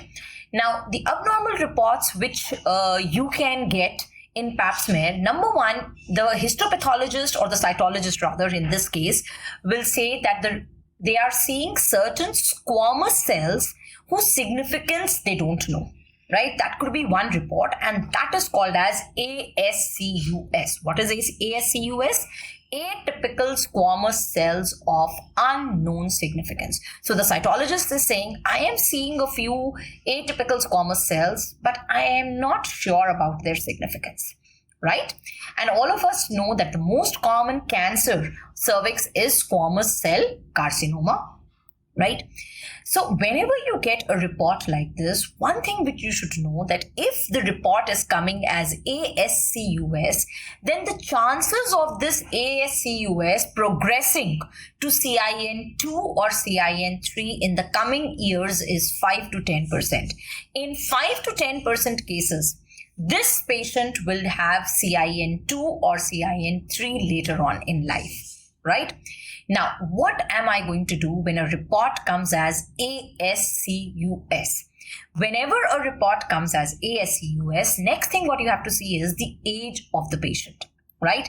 Now, if age of the patient is between 21 to 24 years, in that case, I'm going to repeat a pap smear after some time. And if that pap smear also comes out to be abnormal, then I'm going to go for colposcopy, right? So between 21 to 24 years, I'm going to repeat pap smear after some time, right?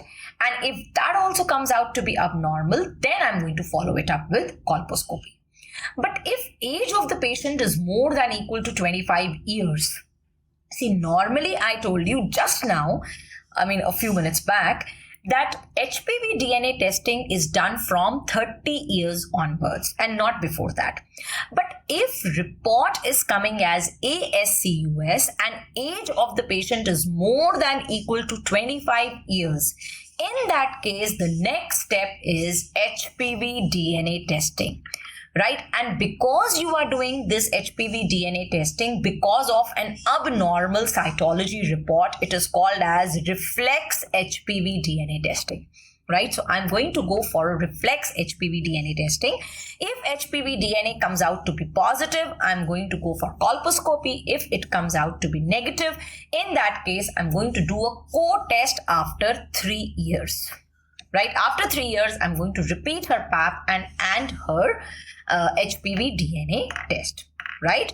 So I'm telling you, a report of ASCUS means you have to see the age of the patient. If age of the patient is 21 to 24 years, you do a pap smear later on, and if that comes out again to be abnormal, then go for colposcopy. If age of the patient is more than equal to 25 years, then go for reflex HPV DNA testing.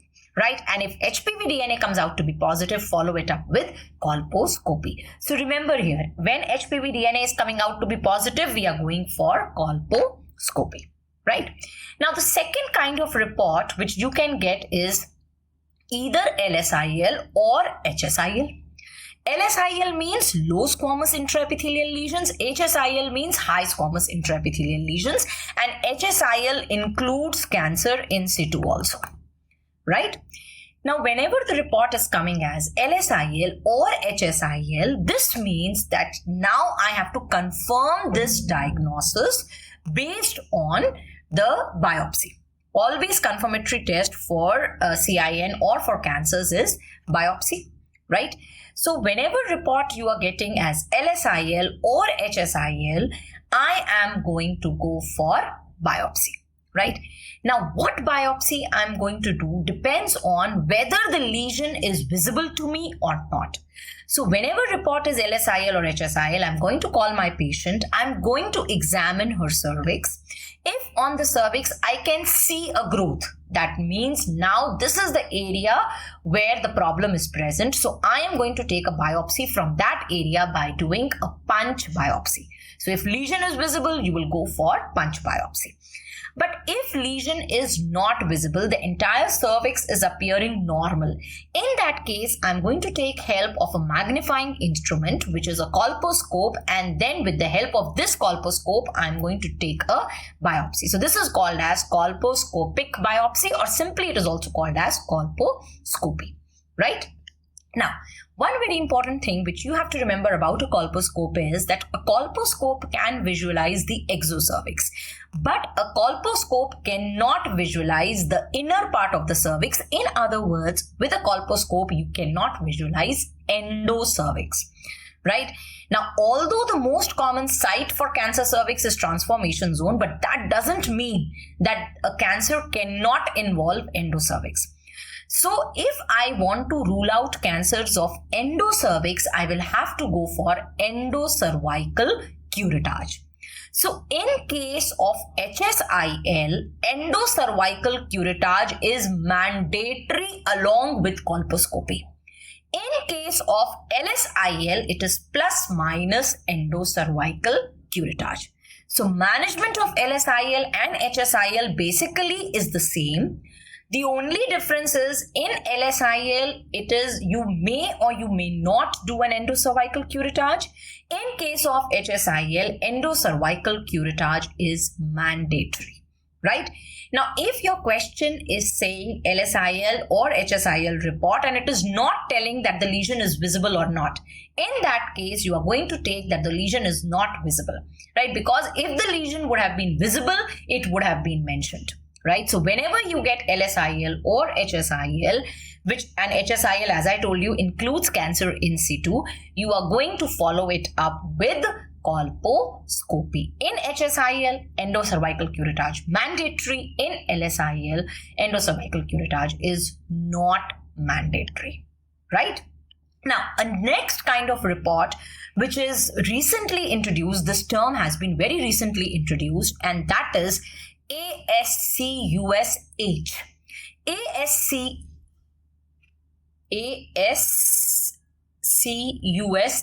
atypical squamous cells of unknown origin. And what does this H stand for? Where HSIL cannot be ruled out.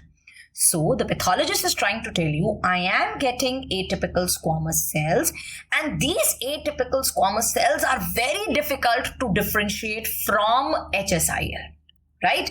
If you are getting report as ASCUS, simple ASCUS, then the chances of ASCUS progressing to CIN2 and CIN3 were very less, and it was just 5 to 10%.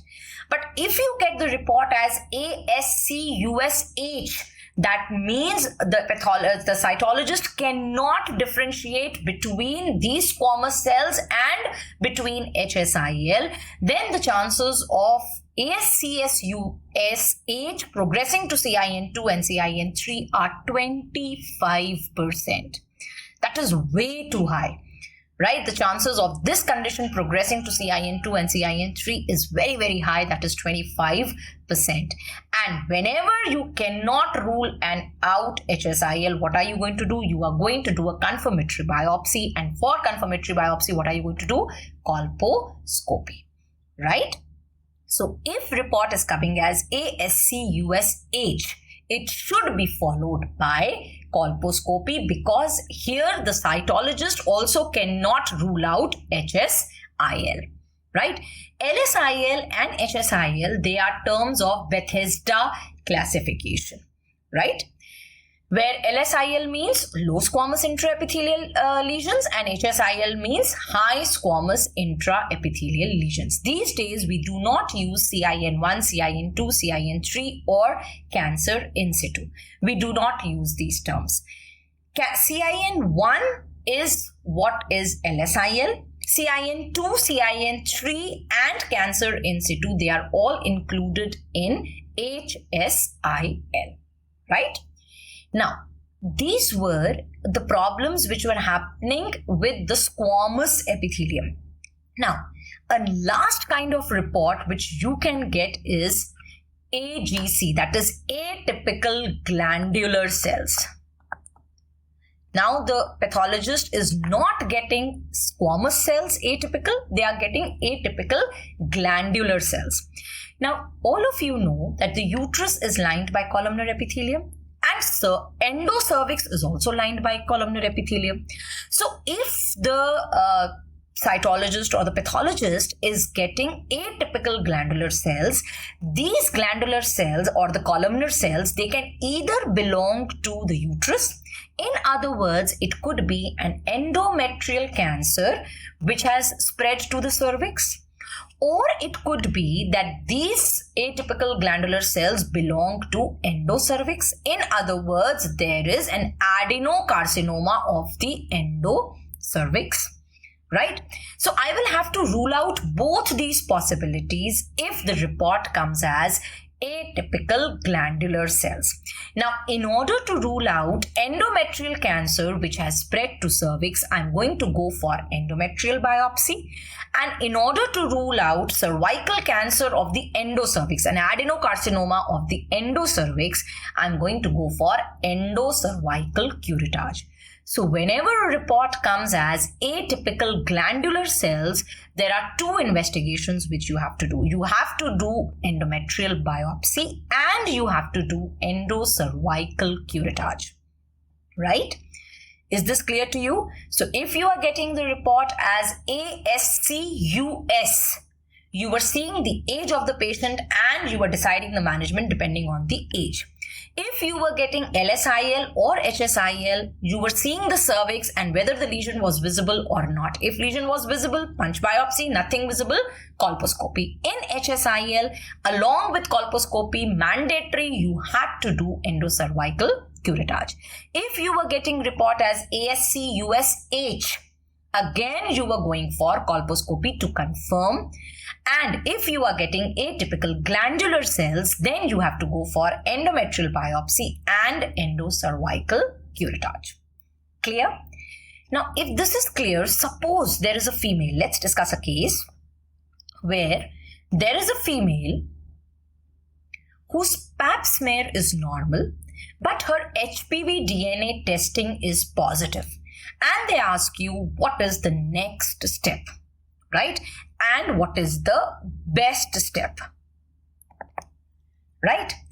Now, see, HPV is the most common STD which is seen in US. So every female who has human papilloma virus infection will not have cancer cervix or CIN. It is only if HPV DNA persists that it leads to CIN or cancer cervix. So persistence of persistence of HPV is a problem.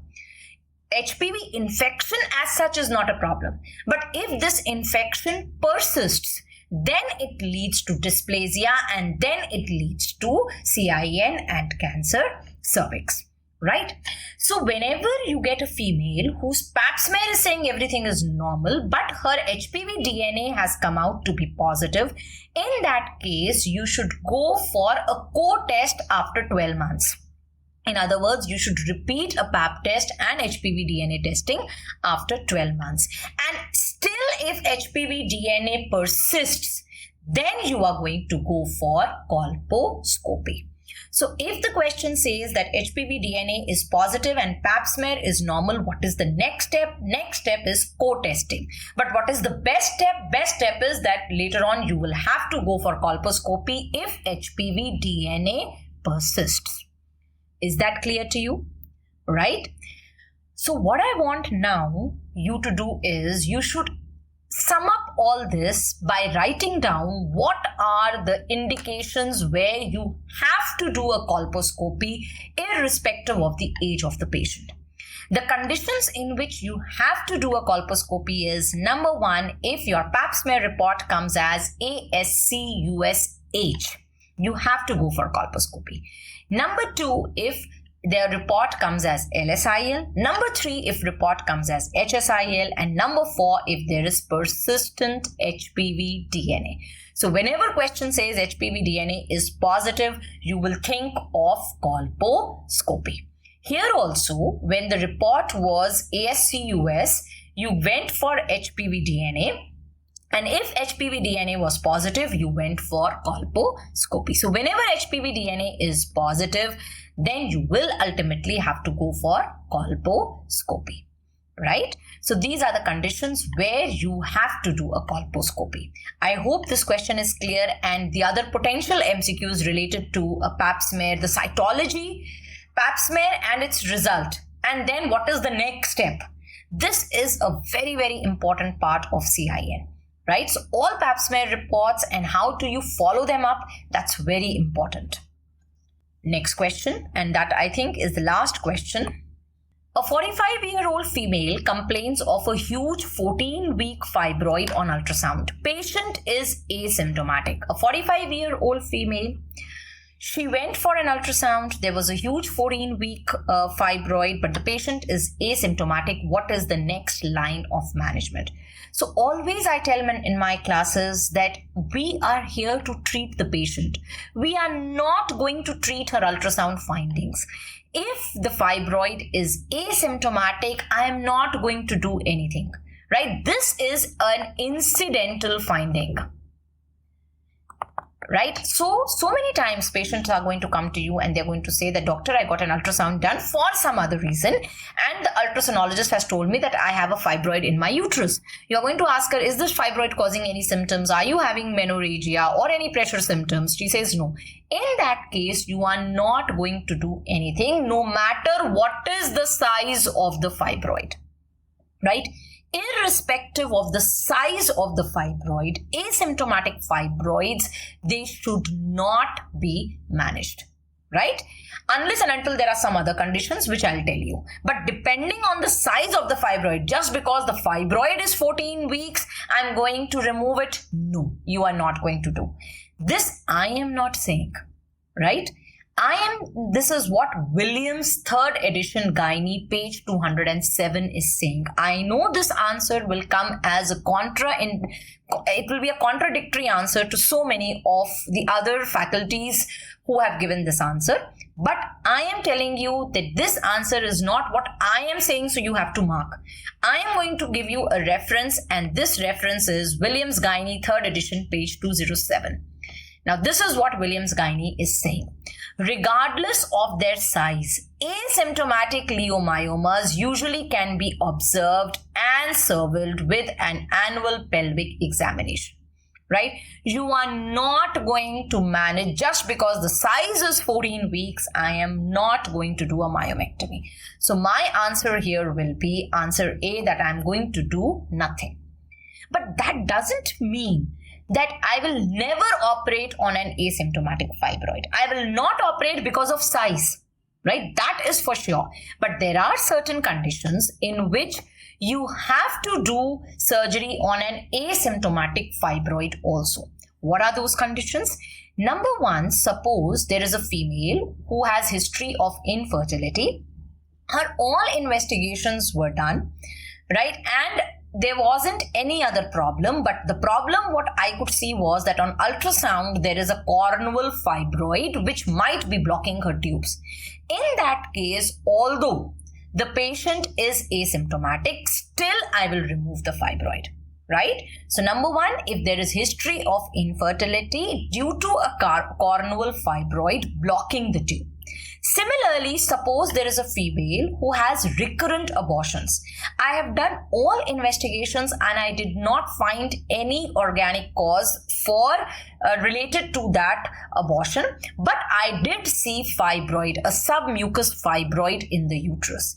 In that case, I'm going to think that this submucous fibroid is the culprit. This is the fibroid which is causing abortions. And in that case, even though the fibroid is asymptomatic, I'm going to remove it. Number three is, suppose there is a huge pedunculated subserosal fibroid which is likely to undergo torsion. In that case also, although it is asymptomatic just now, but in future it may lead to torsion, I am going to remove it.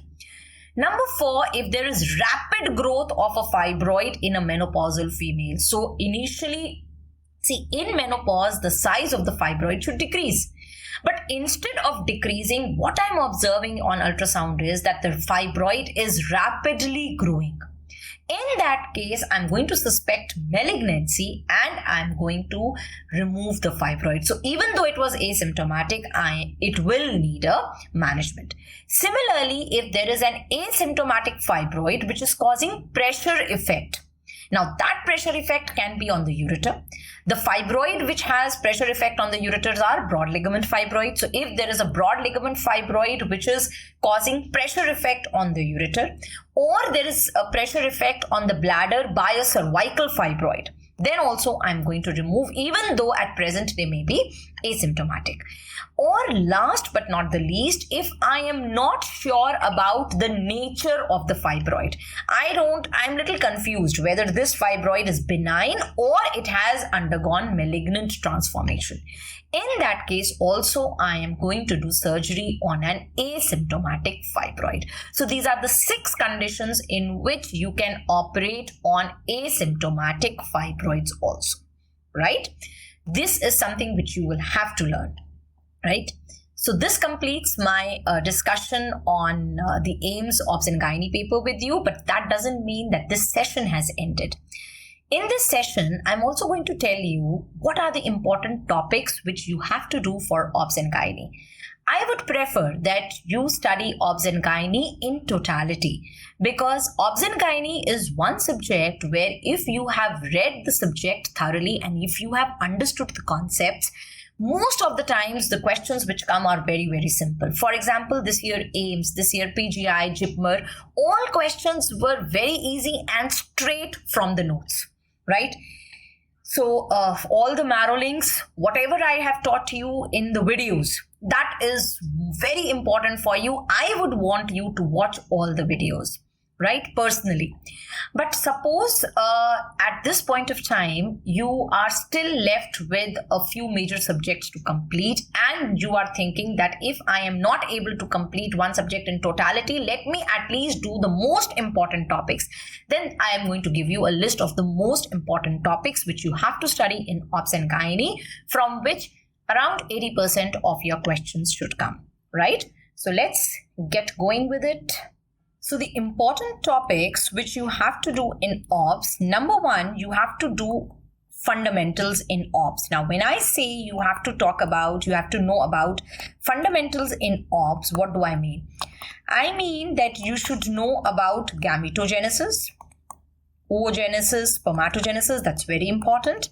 You have to know everything about fertilization, about the decidua, right? Number 4, you have to know how to calculate EDD, and number 5 about the gravida and parity, right? So this is what you have to know in fundamentals, very, very important. Number 2, you have to know about placenta. Now, this topic of placenta, it's not only important theoretically, it is also important for your image-based discussions, right? The battledore placenta, the velamentous insertion of the cord, the circumvallate placenta, the circumfuriate lobe, bioplacenta, bilobata, all of them, right? That is very, very important for image-based discussion also, right? Then number 3 topic which you have to know is amniotic fluid, very important. In amniotic fluid, not only normally about amniotic fluid, that who are the contributors of amniotic fluid, the various abnormal colors of amniotic fluid, then the volume of amniotic fluid, but also you have to know about polyhydramnios and oligohydramnios, right? Then next topic which is very important is maternal adaptations in pregnancy, right? The cardiovascular changes which are happening in pregnancy, the hematological changes which are happening in pregnancy, the endocrine changes, the respiratory changes, the renal changes, all of them, the uteroplacental blood flow during pregnancy, the uterine blood flow during pregnancy, all these are very, very important, right? Then number 5, you should know folic acid, the dose of folic acid supplementation in pregnancy and iron supplementation during pregnancy. Next thing which you should be knowing is PIH, very, very important. Anything and everything about PIH, hypertensive diseases in pregnancy, including eclampsia, including HELP syndrome, it's very important, right? Then Next is diabetes in pregnancy. Diabetes in pregnancy is also one of the topics which is very important, and not only diabetes, in diabetes I also include shoulder dystocia, right? So you have to know the complications which can happen with diabetes, the maternal complications, the fetal complications, the neonatal complications, the congenital malformations which can happen because of diabetes, and in which diabetes congenital malformations occur, whether it occurs in overt or whether it happens in gestational diabetes. That all part should be very clear. Next very important topic from which you will definitely get a question in exams is hemorrhage in early pregnancy. When I say hemorrhage in early pregnancy, it is abortion, ectopic and molar pregnancy. As you can see in this year AIIMS, there were 3 to 4 questions coming from hemorrhage in early pregnancy. Very, very important topics, right? Then next very important topic is antepartum hemorrhage, that is your placenta previa and abruptio, right? Then postpartum hemorrhage, extremely important. Postpartum hemorrhage and the third stage complications, very, very important. Exceptionally important topic, right? The doses of various drugs, the sequence in which PPH has to be managed, and other third stage complications like placenta accreta, all of them uterine inversion, right? So you should be knowing about these topics as well. Then next very important topic is the stages of labor, right? In which management of third stage of labor is very important, right? So you have to know the stages of labor, and very important is abnormal labor, right?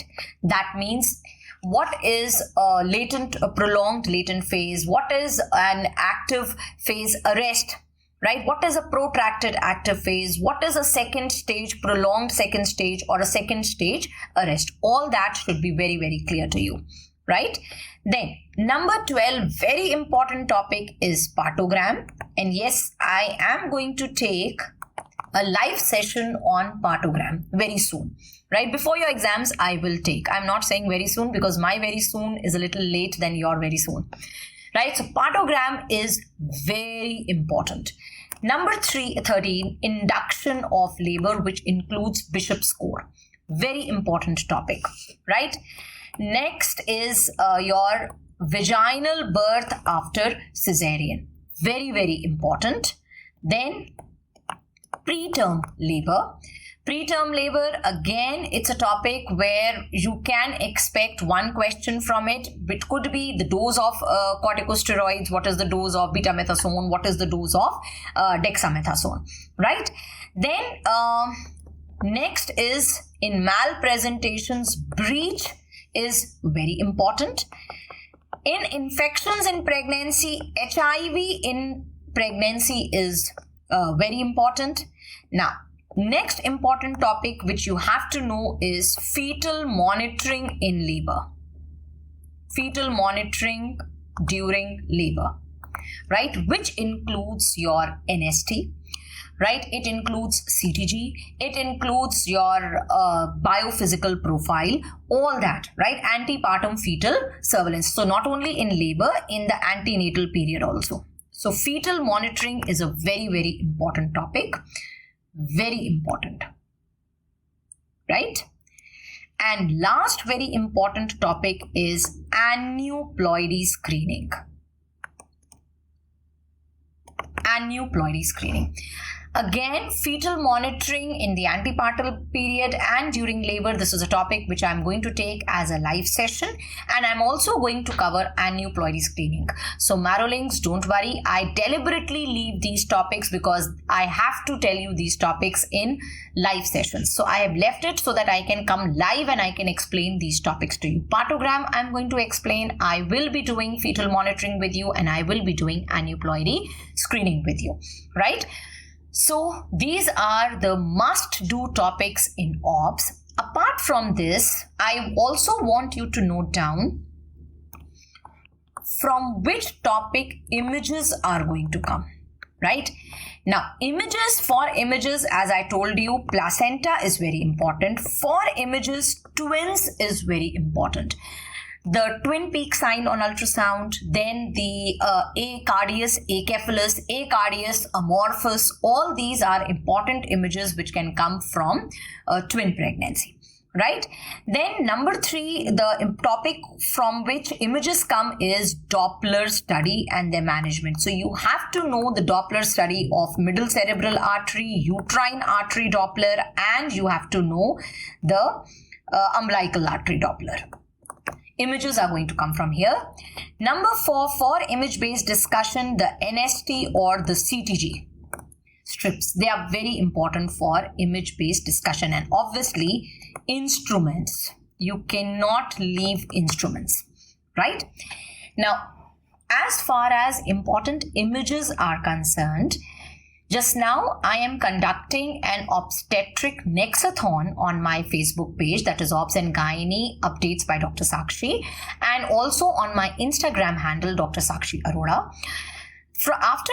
Sometimes later, I'm going to conduct an image-based discussion there where I will be giving important images. So if you have not liked my page or if you have not subscribed to my Instagram handle, for important images you can subscribe, and gradually, before your exams, I will be giving you a complete set of the important images for OBS, right? Or important images in OBS for your exams, right? Now, next thing in OBS, what I want you to do, all of you to do, is I want you to make a few charts. Number 1 chart you are going to make for scores in OBS, right? There are 3 very important scores in OBS which you have to remember. You are going to make these charts on an A4 or A3 size paper, and you're going to stick it in your room. So this scores in OBS will include your biophysical score, Bishop score, and APGAR score, right? Next chart which I want you to make is fetal milestones, right? So at what time fetus starts breathing? When do the breathing movements begin? When is fetal kidneys, when do they start producing urine? When can the sex be determined? Right? All these questions I want you to write down on a single sheet of paper and stick it in your rooms, right? Third chart which I want you to make is for the stages of labor. Now, when you are making this chart for the stages of labor, you are going to make first stage, second stage, third stage, fourth stage. You are going to write from where the first stage begins, at what time these stages ends. Then what is the normal time for these stages in a primigravida female and in a multigravida female. Then you are also going to write how do you define prolonged, how are these stages defined as prolonged, what is the criteria for defining prolonged. First stage, in first stage you will write that it is divided into latent phase and active phase, and you are going to write about the prolonged latent phase, right? Then this is one chart which I want you to prepare. Then the next chart which I want you to prepare is for the drug of choice in pregnancy. Different conditions and what is the drug of choice in that condition. So these are the 4 charts which you are going to prepare, and you are going to put it in your room, and you're going to look at them daily, right? Now again, for these charts, what I'm going to do is I'm going to write these things on a piece of paper, click a pic and post it on my Instagram and on my Facebook page. Right, so that just in case you are missing out something, or you don't want to do this much of labor also, you want to just copy it, then it will be available there, right? Okay, so this is what you have to do in OBS. Now let's talk about gynae, the important topics which you have to do in gynae. See, the first and the most important thing in gynae is the menstrual cycle and the hormones. it's not because direct questions are asked from menstrual cycle and hormones. It is because unless and until you understand menstrual cycle and hormones, gynae is very difficult. Entire gynae revolves around estrogen and progesterone and around the menstrual cycle, right?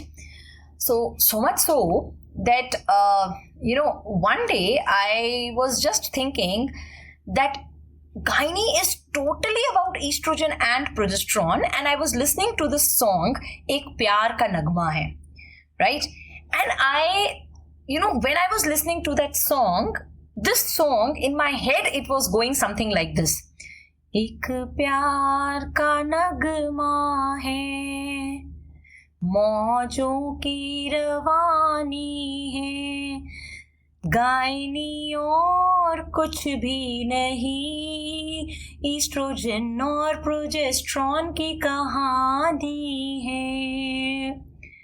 जब एक बढ़ जाता है, I'll say it again, जब ई बढ़ जाता है तो पी कम होता है, जब पी बढ़ जाता है तो ई कम होता है, दोनों का कम होना पीरियड्स लेके आता है, गायनी और कुछ भी नहीं, ईस्ट्रोजन और प्रोजेस्ट्रॉन की कहानी है।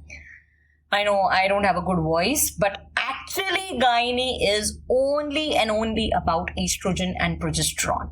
If you understand your hormones well, if you understand the menstrual cycle well, you will be able to understand PCOS, you will be able to understand menopause, fibroid, endometriosis, everything is interlinked, right? So one very important topic is menstrual cycle and hormones. Then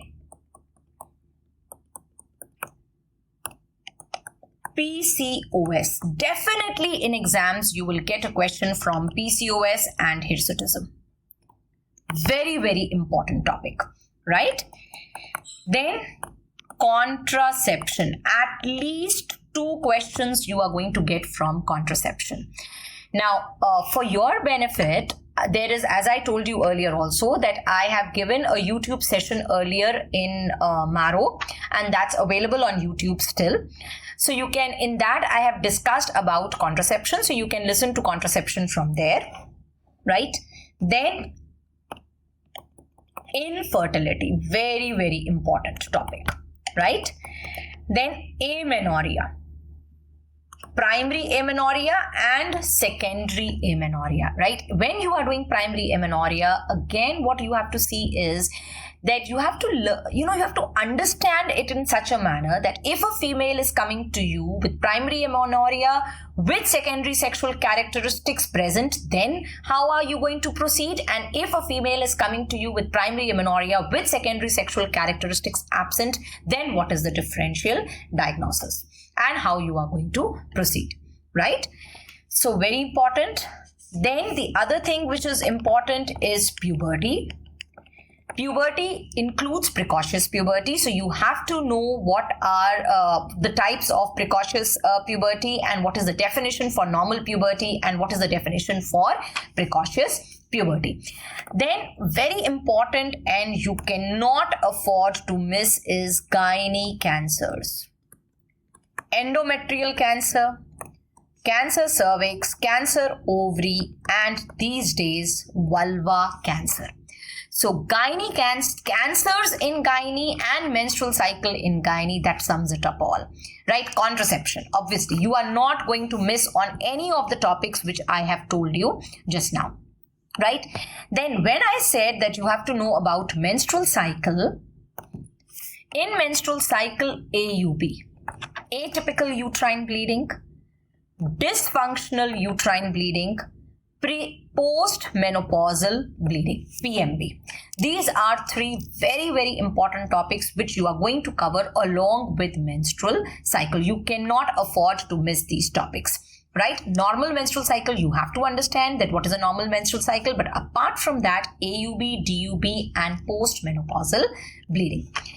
Now, there are certain procedures which are important in gynae: hysteroscopy, details of hysteroscopy, details of HSG and details of laparoscopy, right? This is what you have to do. For image-based discussion, the important images you are going to get from chapters like contraception, Mullerian malformations, the biconvate uterus, septate uterus, didelphic uterus. They are all very important images. Ovarian tumors, images you can get from ovarian tumors also, right? So they can show you a Kahl-Exner body, they can show you a Schiller-Duval bodies, they can show you a dermoid cyst, and they can ask you to recognize, right? Then for image-based hysteroscopic images, all these are very, very important, and obviously instruments in gynae. These are very important image-based chapters for gynae, right? Now, again, I am repeating here that all the important images for gynae in the coming months, I'm going to upload them also, right? On my Facebook page and on my Instagram handle. Now, what are the important charts which you are going to make? Number one chart which you are going to make is of ovarian tumors. You are going to write down the tumor markers.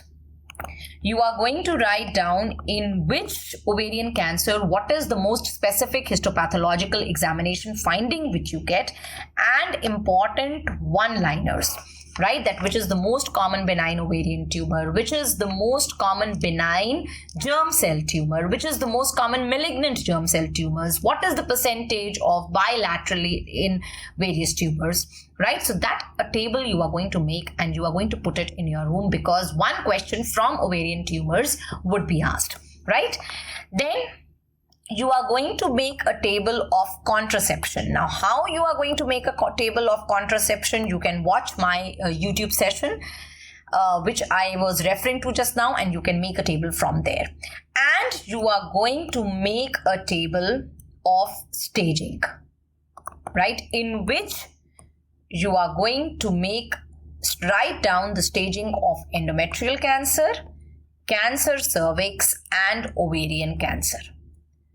All these three important cancers staging, you are going to make a single chart and you are going to put it in your room and you're going to revise it again and again, right? So I'm sure 80% of the questions will be asked from the topics which I have given you, right? Fibroids, endometriosis, these are the topics which you should study, but if as of now you don't have time, then you can let go.